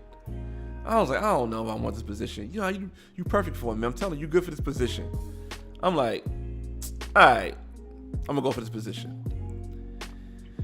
Go for the position. Great interview. The guy who was doing the hiring gave the job to somebody that he's cool with. Right? He gave the job to somebody he's cool with that was less qualified than I am. Didn't get mad. Actually, I was like, damn, I really wanted the job. You know what I'm saying? Everybody gassed me up to go for the job. But I was like, you know what? Pull myself back from the situation. I was like, this job has no growth. I can't grow in this company. I started applying other places.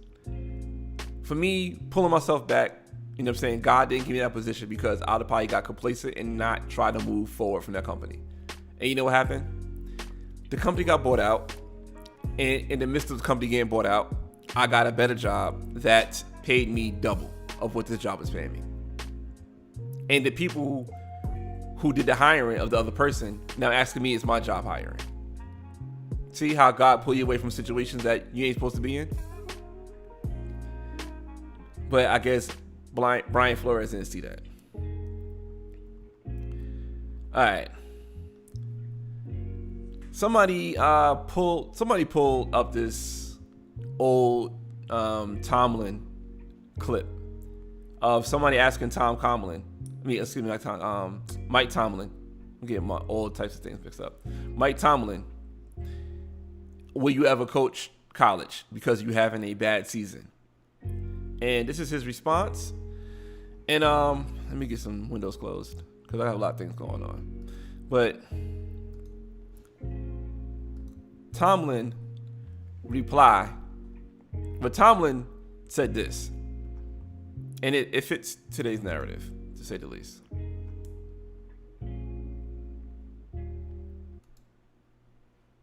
I got one of the best jobs in all of. Guys, I don't have time for that speculation.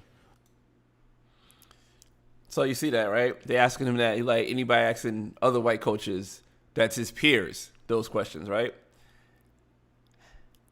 That's nice and cool that Tomlin said that. So like my brother said in the comments, Tomlin is the one and only black head coach in the NFL right now. 15 years.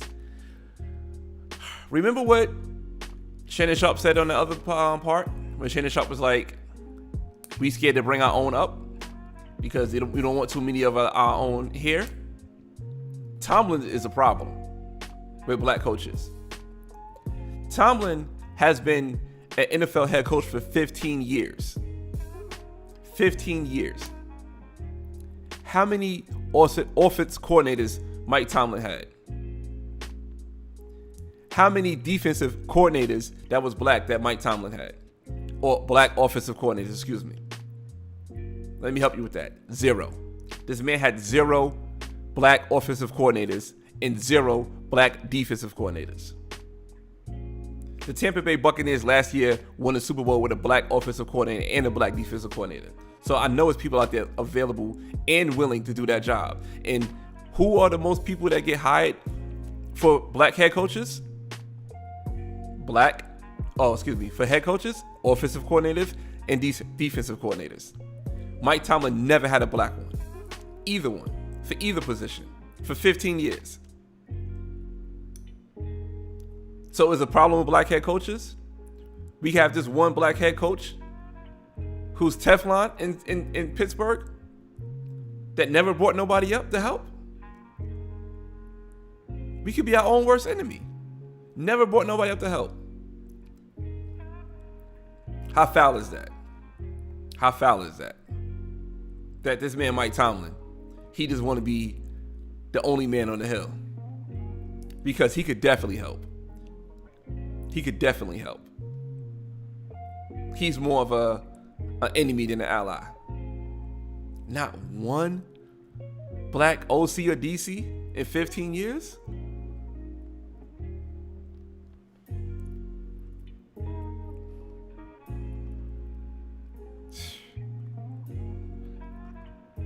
Not one.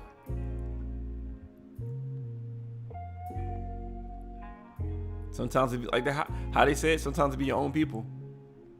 Not one OC or DC that's black in 15 years that came from the Steelers. That don't make no sense. That don't make no sense. To me,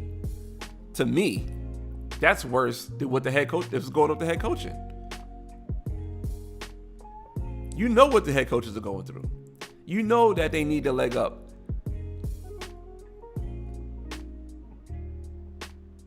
But he had 0 on each side.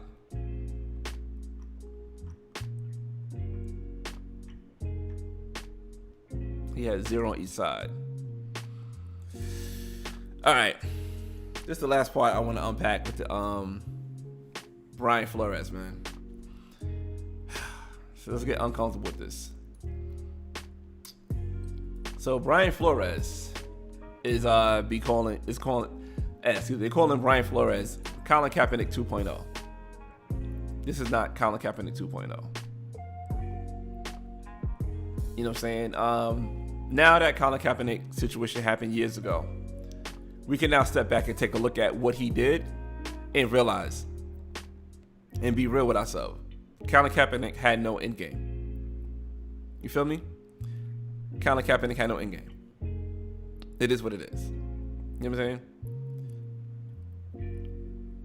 I mean, at the time, we felt liberated to see what he was doing. He had no end game. Before he started doing what he was doing, he already lost his starting position. So it wasn't like, oh, you lost your job. Then, no, first you did this, then you lost your job. You lost your job, then you did this. You know what I'm saying? He got outplayed by Blaine Gabbert, who's now a backup quarterback. So, and Blaine Gabbert was trash. So how trash does Colin Kaepernick have to be at the time before he started doing the kneeling? So, like I said, he had no end game. And one thing that's comparable or similar to Brian Flores and Colin Kaepernick is that old saying: you step in shit and you keep walking in it. You know what I'm saying? You never wipe your shoes off. You never got the water hose that got the shit off your shoe. You know what I'm saying? And in my opinion, this is worse. This is worse because Colin Kaepernick was at the end of his career. Blaine Gabbert, you know what I'm saying? Blaine Gabbert took his spot. Brian Flores is 40 years old. The median for head coaches, like I said before, is 49. You're gonna sabotage your career for this. You still have a chance right now to get a head coaching job, but you didn't get the job that you wanted. So you got emotional, and you got some lawyers, and we're gonna talk about the lawyers later.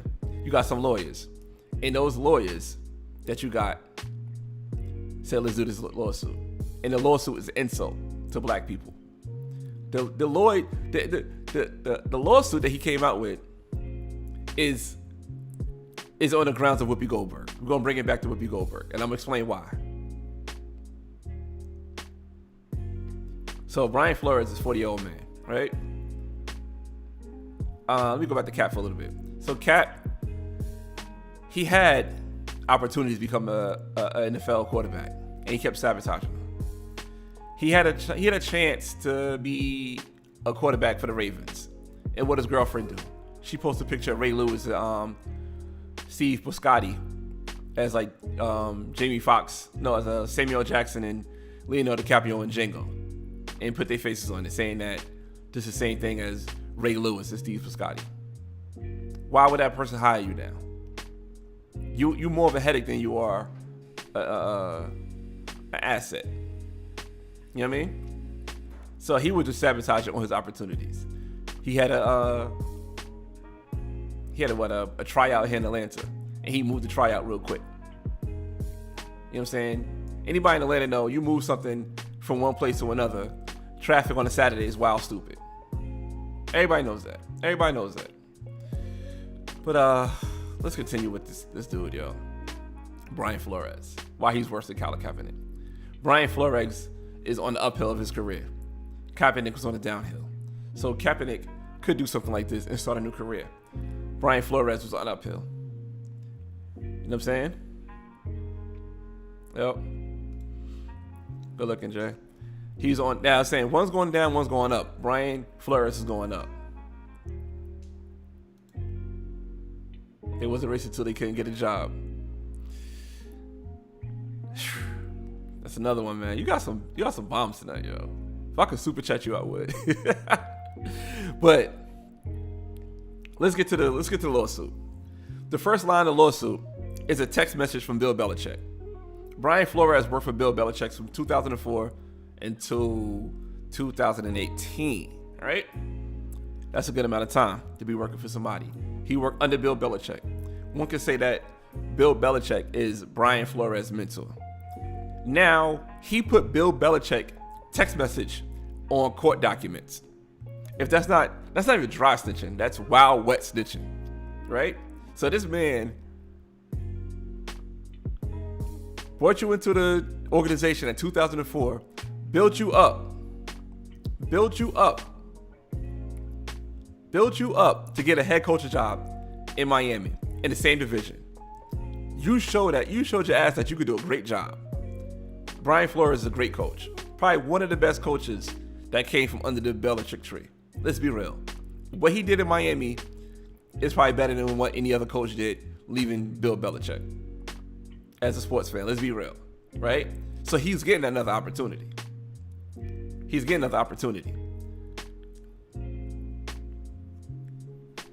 But you do this. You put out that man's text message on your court document. And now that man's text message is going to be court evidence.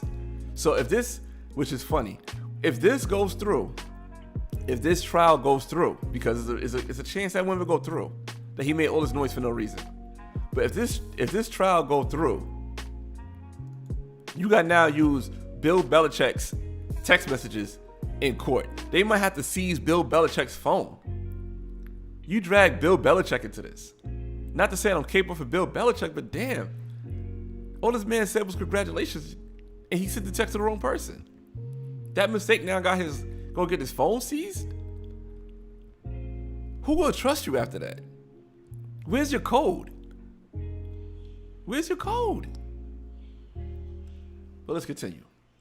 Because clearly got no code. Now, let's add some more dry snitching to it before we get to the disrespect of black people on this. Now he's saying that the owner offered him $100K to tank games. Just like Stephen A. Smith said, the owner was an ally to the black community. The owner was donating millions of dollars to all type of black causes. The owner had a black GM. The owner had a black coach. The owner has a black quarterback.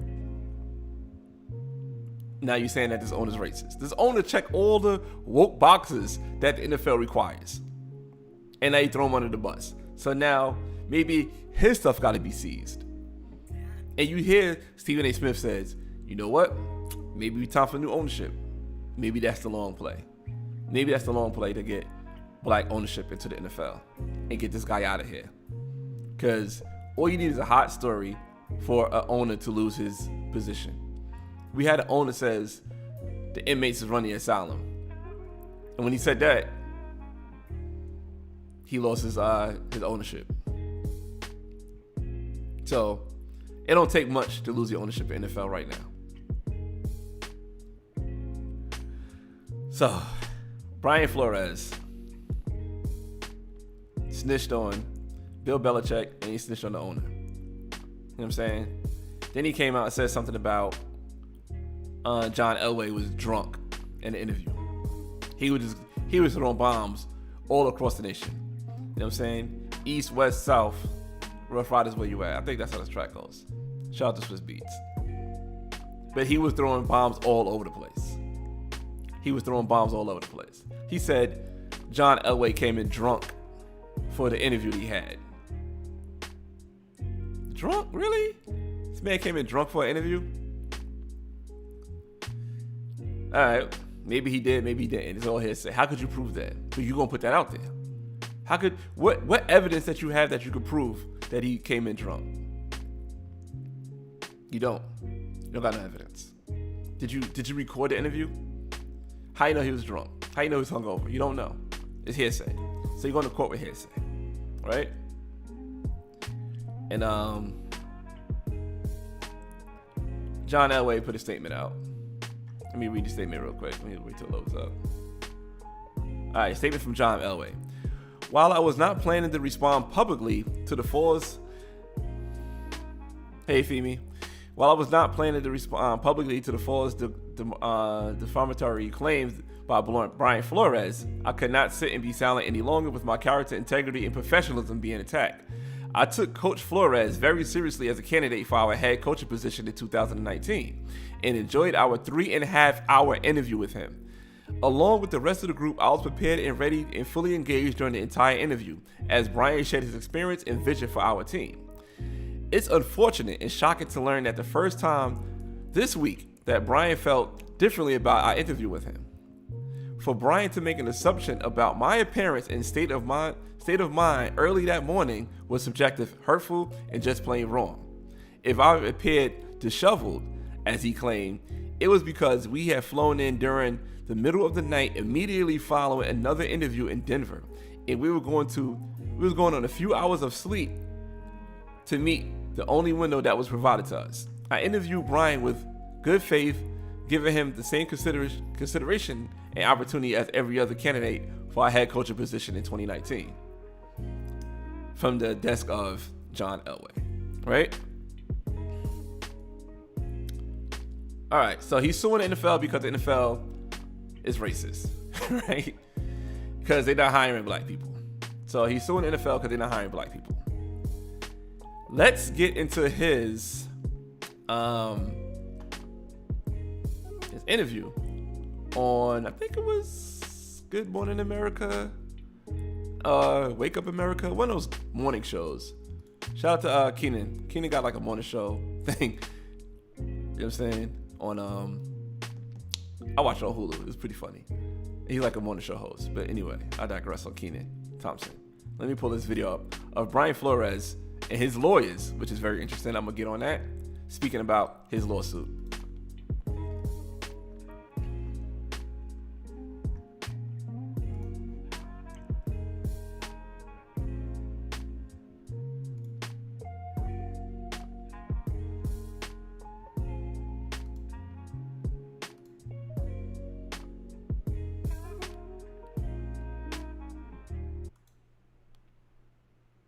Lawsuit, there's this explosive line that the NFL is managed much like a plantation. That's a direct quote.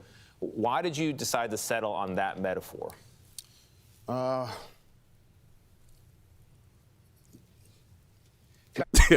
right, you asked your man.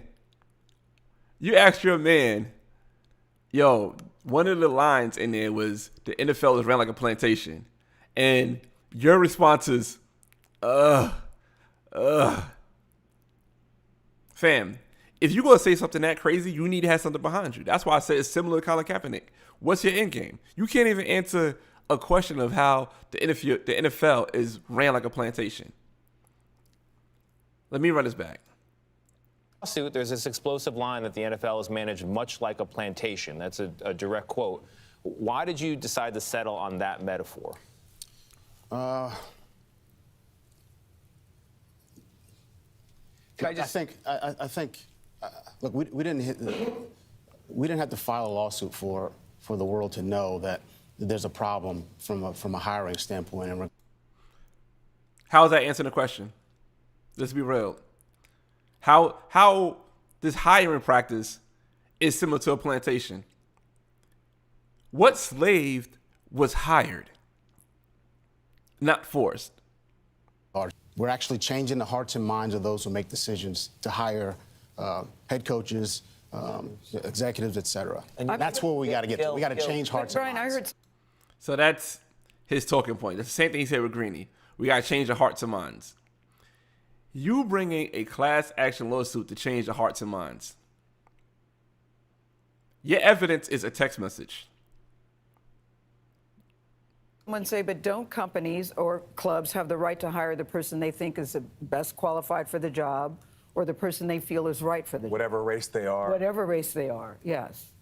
They do, you know, and that's very reasonable to me. But at the same time, there are I know a lot of very capable coaches, executives, minorities, coaches, executives who are minorities, and.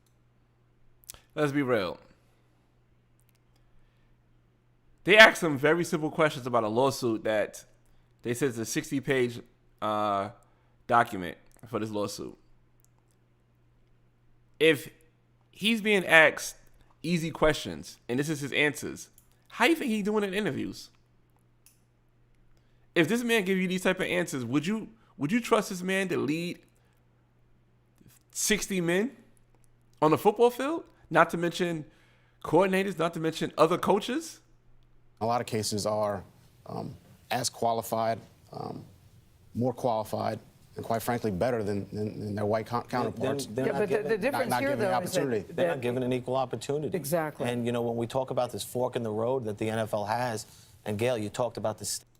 Check his lawyers out.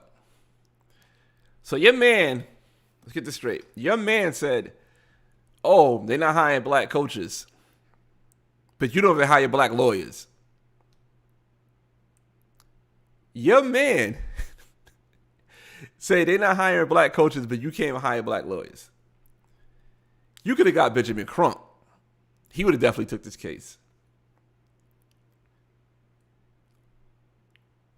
Come on, fam.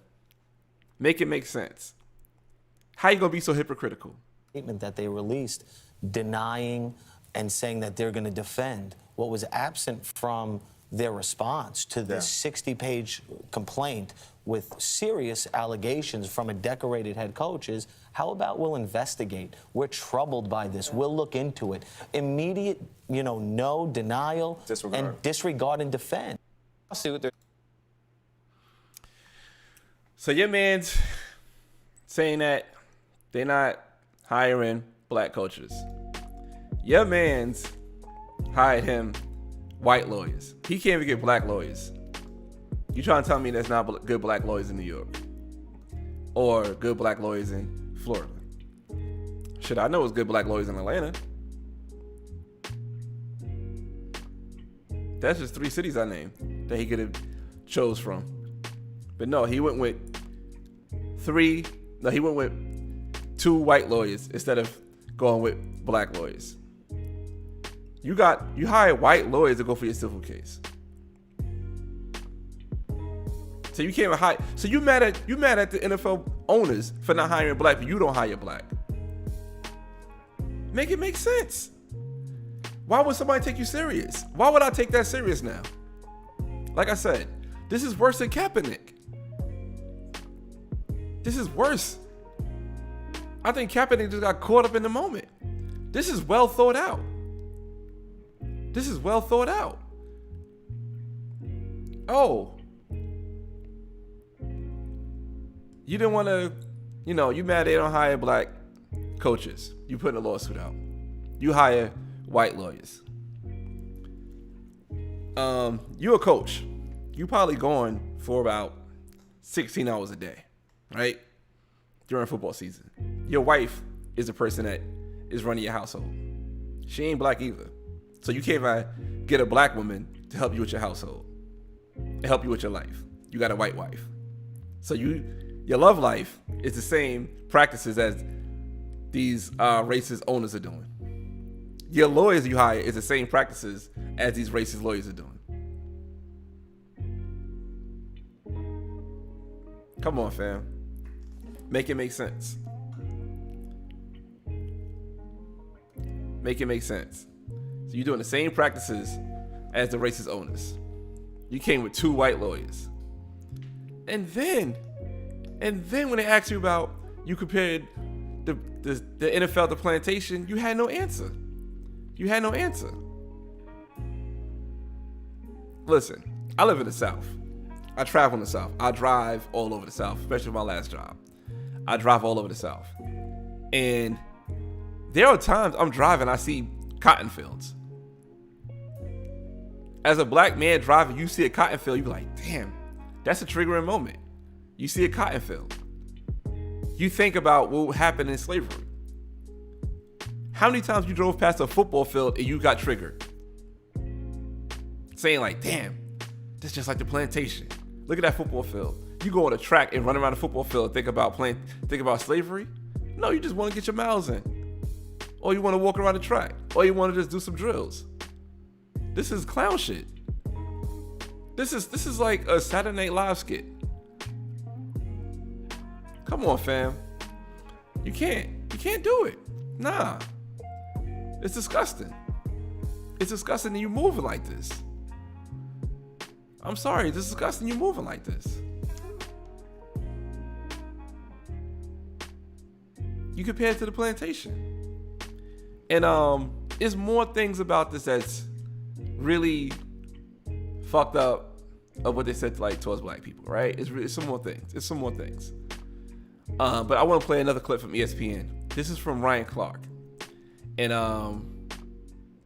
I think Ryan Clark got a text message during this clip to make sure he's on code of things that need to be said. Let me pull this clip up, man. But you see the game. You see the agenda. You see what's going on, yo.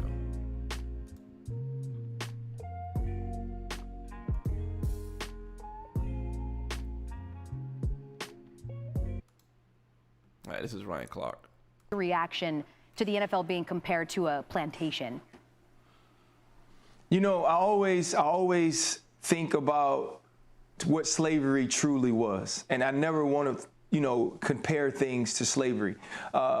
So I'm not going to do that. I'm not going to say it's necessarily a plantation because people will push back against that because these players do get paid. What I will say is this: there is no separation in any of the 4 major sports between ownership and labor that's further apart than the NFL. I've sat at the table with these owners and listened to how they talk about labor. It is truly labor to them. We don't work with them. We work for them. We are commodities that that can be replaced, commodities that can be sold, commodities that can be traded. And so when Brian Flores speaks of it in that nature, it's absolutely true. The other thing is, it's a seat at the table is very difficult to get, whether that's a seat at the executive table, whether that's a seat at the table of ownership. And right now we have nobody that looks like me in ownership. And so we continue to have the same cycle of people run through. Josh McDaniels is good enough to fail in Denver, take a job, then not take a job, but then be the guy who's the lead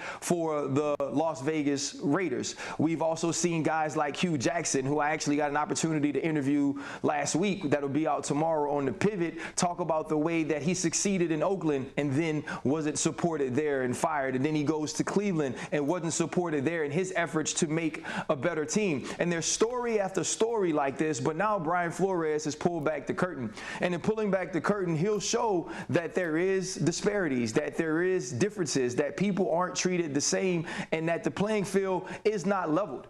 When you look at the number of coaches who are fired and hired, it's always more white coaches than black. And then when you look at the league, you always see more minority and black players than white. It's no different than what he's talking about on Plantations. They just get paid a little bit more. Reaction. What? So your man started the whole conversation saying, I'm not going to compare it to Plantations. Then at the end of it, he compared it to Plantations. Make it make sense. Make it make sense. So is it compared to Plantations or not? You went for that whole 2-minute spiel about Plantations. Whole 2-minute spiel about Plantation is, you know what I'm saying? I ain't gonna compare to Plantations. You said a whole bunch of mumbo jumbo in the middle of it. Then you compared it back to Plantations. Why would somebody take you serious? So, black people, Brian Flores, Colin Kaepernick, Ryan Clark, comparing the NFL to Plantations. Whoopi Goldberg says one little thing about the Holocaust, she's gone for 2 weeks. We don't even take our own trauma serious. Why would they, you know what I'm saying? Why would anybody else take it serious? We don't take our own trauma serious. We comparing the NFL, and I saw a study, the NFL is the NFL is the biggest company. No, the NFL is the number one company that produces the most black millionaires in this country. And that's compared to the Plantation. It might be some bullshit that's going on in the NFL. Yeah, I get it. That's every job. That's every job. But the Plantation, that's our trauma. Like I said, I see cotton fields down here in the South. You be like, you look at it like, damn, like it's not that big. They don't be that big. But you know, you hear it in your mind, you think it's big as a football field. But they're not big at all. They're not big at all. It's like somebody's front yard. Just cotton in somebody's front yard. It's like maybe an eighth of an acre. It's not even that big. A cotton field. But I get triggered when I see that. When I see a football field, when I drive past Mercedes-Benz Stadium, I don't get triggered. I'm like, damn, it's a nice looking building. I don't get triggered. When I drive past a high school, I see a football field. I don't get triggered. Why you gonna compare this to a... Man, listen. That's why we don't win. That's why we don't win. Then moving forward to these documents they put out. Him and his white lawyers put these documents out. Disrespecting black culture. Put it out on the first day of Martin Luther King Day, thinking that's a good move, right? Mind you, he still had opportunities to get other jobs. He's still a head candidate for Houston till this day. He still might get a job. And he said, if I get this job, I'm still going through my lawsuit. Because it's bigger than me, really. In the lawsuit, he quoted Martin Luther King Jr., right? Don't have the exact quote. He quoted Martin Luther King Jr. Then after that, he compared what he's doing to Harriet Tubman. He compared what he's doing to Rosa Parks. He compared what he's doing to Mamie Till. He compared what he's doing to Frederick Douglass. Why would anybody take this dude serious? This is Black History Month. You just a dude that got emotional because you didn't get a job. And you start filing lawsuits and going doing interviews all over CBS and ESPN and ABC. Listen, you talk to anybody who want to listen about this. That's who you are. You're not Frederick Douglass. You're not Mamie Till. Nobody got murdered because you didn't get your job. Mamie Till, 14-year-old son, got murdered and had to be shipped back to her. How dare you compare yourself to Mamie Till? Martin Luther King got assassinated. How dare you compare yourself to Martin Luther King? Harriet Tubman put her life on the line. You put your job on the line. That's a difference.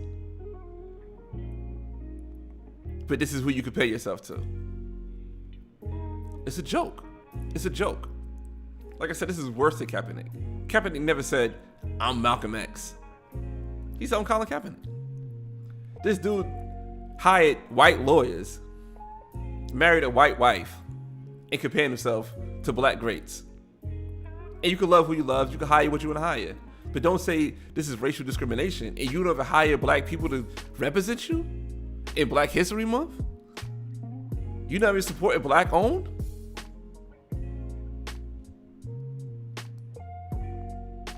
Clown. Straight clown, yo. That to me, that's the most biggest clown shit ever. And that is why I do not support Brian Flores for this case. I don't. He can't even hire his own. Why would anybody take this man serious? You can't even hire your own people.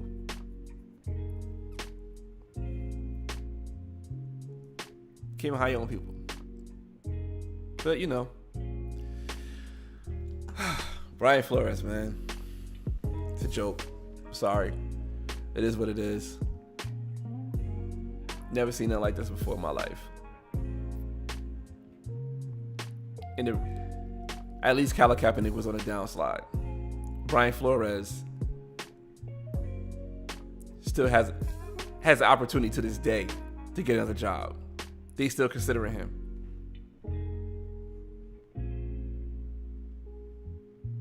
What do y'all think about that, man?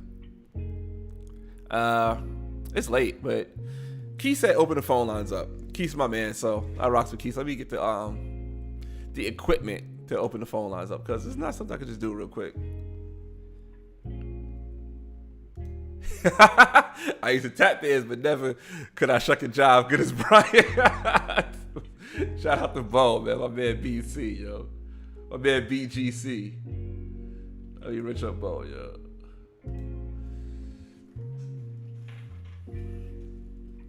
It's foul, yo. Your man's is foul. I swear to y'all.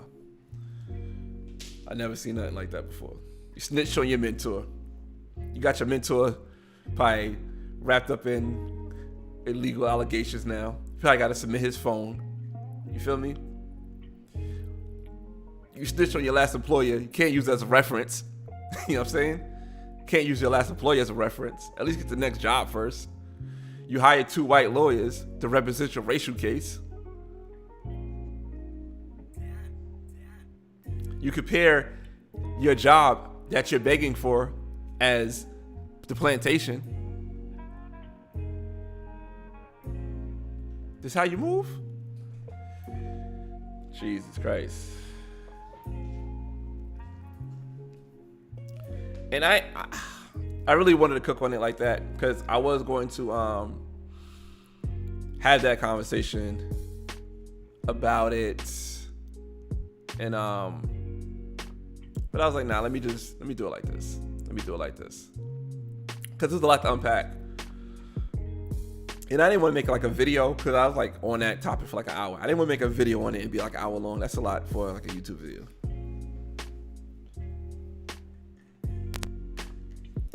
All right.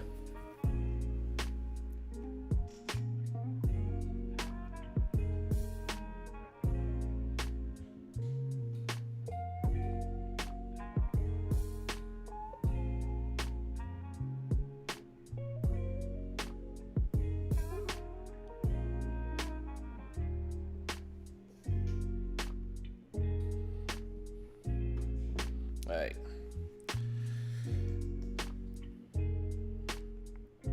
excited about all this. See, it's taking time. Guess we could just put this up there in case somebody want to call in. There you go.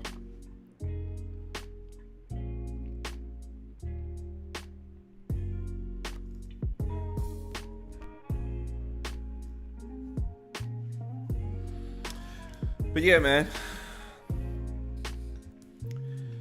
that's quite interesting. That's how he moving. And I'm not even gonna get on the white wife part. You put Harriet Tubman, Martin Luther King, Mamie Till, especially Mamie Till. Like, come on, fam. Especially all of them. You're nowhere near what these people did. You just a dude that's butthurt that you didn't get a job that you wanted because the job what you wanted was where you from, in my opinion. That's all it was. That's all. You just mad that you didn't get that job. In the time that you did that, it was still 5 openings. It was still 5 openings that you still could have qualified for. It's never a good look, yo. Never a good look. Disrespect Martin Luther King. Disrespect Harriet Tubman. Mamie Till lost her child. The child was murdered. And you comparing that to this. Like my brother always say, this ain't that, this ain't, yeah, whatever you be saying. I forgot how it goes. My bad, mine.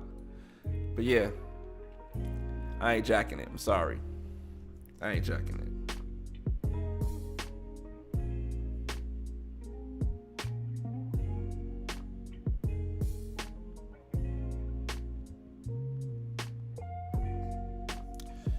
No, sir.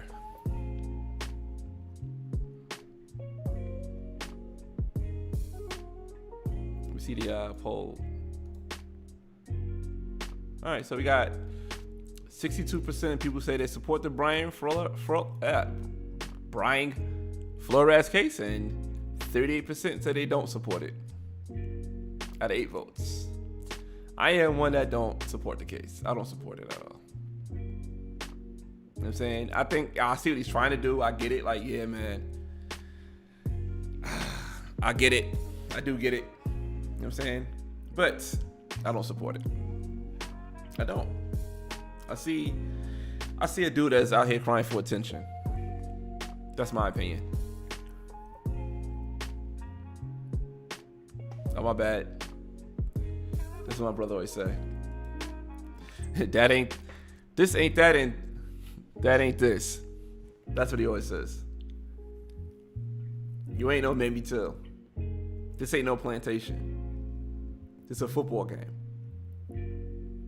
It's a football game, bro. Let's be real. Like the great, I don't even know what Be Real's from, but let's be real. That philosopher. You ain't that dude, yo. But whatever. Whatever, man. Like I said, I got the phone lines open. People want to call in. Let me know if you want to call in. If not, man, I'll wrap it up tonight, yo. Let me know in the chat if you guys want to call in or not. So I'll wrap it up. And give me your thoughts on the first week of racism in Black History Month. Or African American History Month. Whatever you want to call it.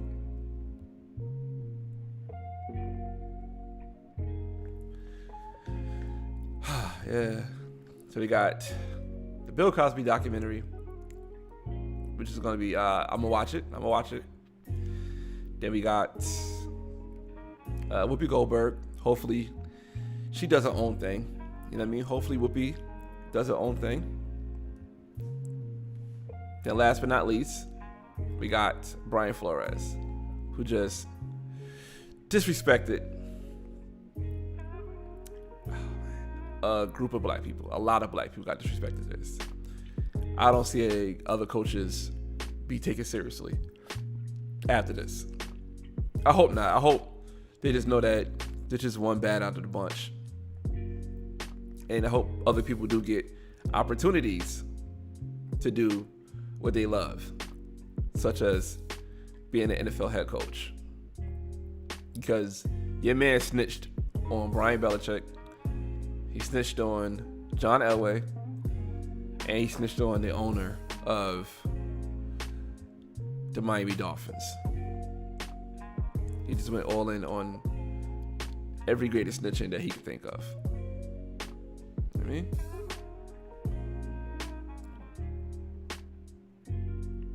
I ain't gonna lie. I think I'm about to close it out. We're gonna turn off the phone lines now. Phone lines are off.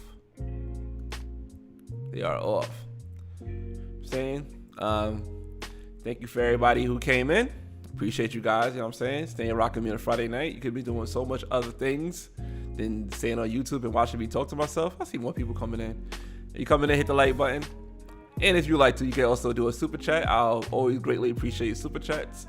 And now I do have a new automation for super chats. You know what I'm saying? So I do greatly appreciate that if you would like to be a part of that as well. I thank everybody who's subscribed and checking out my videos. You know what I'm saying? This is a great hobby I like to do. I like to do this. You know, I have a interesting way of thinking of things, and that's how I think of things. And I just wanted to unpack tonight on this Brian Flores situation. That's all I wanted to do. That was my main goal. I just put Whoopi and Kamal Bell in there, I guess, for filler. I could have been doing Brian Flores all night, but it was a lot to unpack. It was a lot to unpack because this is, I don't know, man. This is the worst thing you could do for the start of a Black History Month. In my opinion, this is the worst way you can start it off, by building up a racial lawsuit and hiring black lawyers and hiring white lawyers and saying that this is the same thing as Plantation. Oh, hey Mo, Mo, you missed it, man. Mo, we was up all night. We was up all night, Mo. Yeah, Mo, it was a lot that we was unpacking tonight about this head coach. A lot to be unpacked about this head coach, and you missed all of it. But I'm glad you're here, though. I'm glad you're here. It's good seeing you, Mo. But yeah, man, that's that, man. I appreciate you guys' time, you know. I'm about to wrap it up. Unwind, go to bed, probably watch like one episode of Raising Dion. I'm trying to catch up. Watch one episode of Raising Dion and be grateful. You know what I'm saying? All right, man. Appreciate you guys. All right, man. Till next time. Peace. Oh, you coming in? Oh, no. How about you gotta come in and say how you did your the intro? I got no shirt. Oh, you got no shirt? Hold on. I'm gonna play the intro that my son made for me. We gonna sign off for that. Where is it at? I don't know if you can hear it or not. Oh, I can't. Yeah, I got the headphones on. Alright, so this is the new intro for my live streams. I co-wrote it, and Jamari he did it. Going live with broken tradition. Tonight we going live. Tonight we going live. Tonight we going live with broken tradition. Tonight we going live. Tonight we going live. Tonight we going live with broken tradition. Tonight we going live. Tonight we going live. Tonight we going live with broken tradition. Tonight we going live. Tonight we going live. Tonight we going live with broken tradition. Tonight we going live. Tonight we going live. All right, y'all. Appreciate you guys, man. Yeah, Mo. I'll say everybody dancing to it. Tonight we going live. Tonight we going live with broken tradition. Tonight we going live. Tonight we going live. Tonight we going live with broken tradition. Okay, yeah. So my son got a new video. It's almost at 1K. I'm gonna put it. Going live. Tonight we going live with broken tradition. You go watch this video, right? Going live. All right. Tonight we going live. Tonight we going live with broken. He needs 20 more views for his video. Going live. Tonight we going live. Tonight we going live. See, that's both things gonna be stuck in the head. Tonight we going live. That was the point. That was the point. So now you know that we going live with broken tradition. Well, if you need somebody to do a song for your live stream, let me know. My son will charge you. Going live with broken tradition. Tonight we going live. Tonight we going live. Tonight we going live with broken tradition. Tonight Tonight we going live. Tonight we going You live. said $20. Tonight we going live with broken tradition. Tonight we going live. Tonight we going live. Tonight we going live with broken tradition. Tonight we going live. Tonight we going live. Alright, so Femi said she needed a song too, so you got some people need songs. Tonight we going live. Tonight we going live. Tonight we going live with broken tradition. Tonight we going live. Tonight we going live. Tonight we going live with broken tradition. Tonight we going live. Tonight we going live. Tonight we going live with broken. Both said he memorized the whole song already. Tonight we going live. Tonight we going live with broken tradition. Tonight we going live. Tonight we going live. Tonight we going live with broken tradition. Tonight we going live. Tonight we going live. Tonight we going live. But yeah, that's the new track for the intro. And right here I put my son's new video, so you can check it out. He actually did the editing on Final Cut Pro. So if you guys need somebody to edit something on Final Cut Pro, you charge for that too? Yeah. How much you charge for Final Cut Pro editing? If they need me to film it and edit it, $100. All right, that's cheap. I'm not even gonna tell that price. I'm not gonna let you cheat yourself. Yeah. There you go. All right, so that's his new video. And I pinned it in the comments. But yeah, I'm glad you guys rememorize the new song. You know what I'm saying? You feel me? My bad. You feel me? Make sure you memorize that song. And we're going to wrap it up tonight, man. And check out his video. I pinned it in the comments so you can check out his video. Make sure you hit the like, hit the share button. And that's that, man. All right, man. Till next time. Peace. Let's hold on. Tonight we going live. Tonight we going live. Tonight we going live with broken tradition.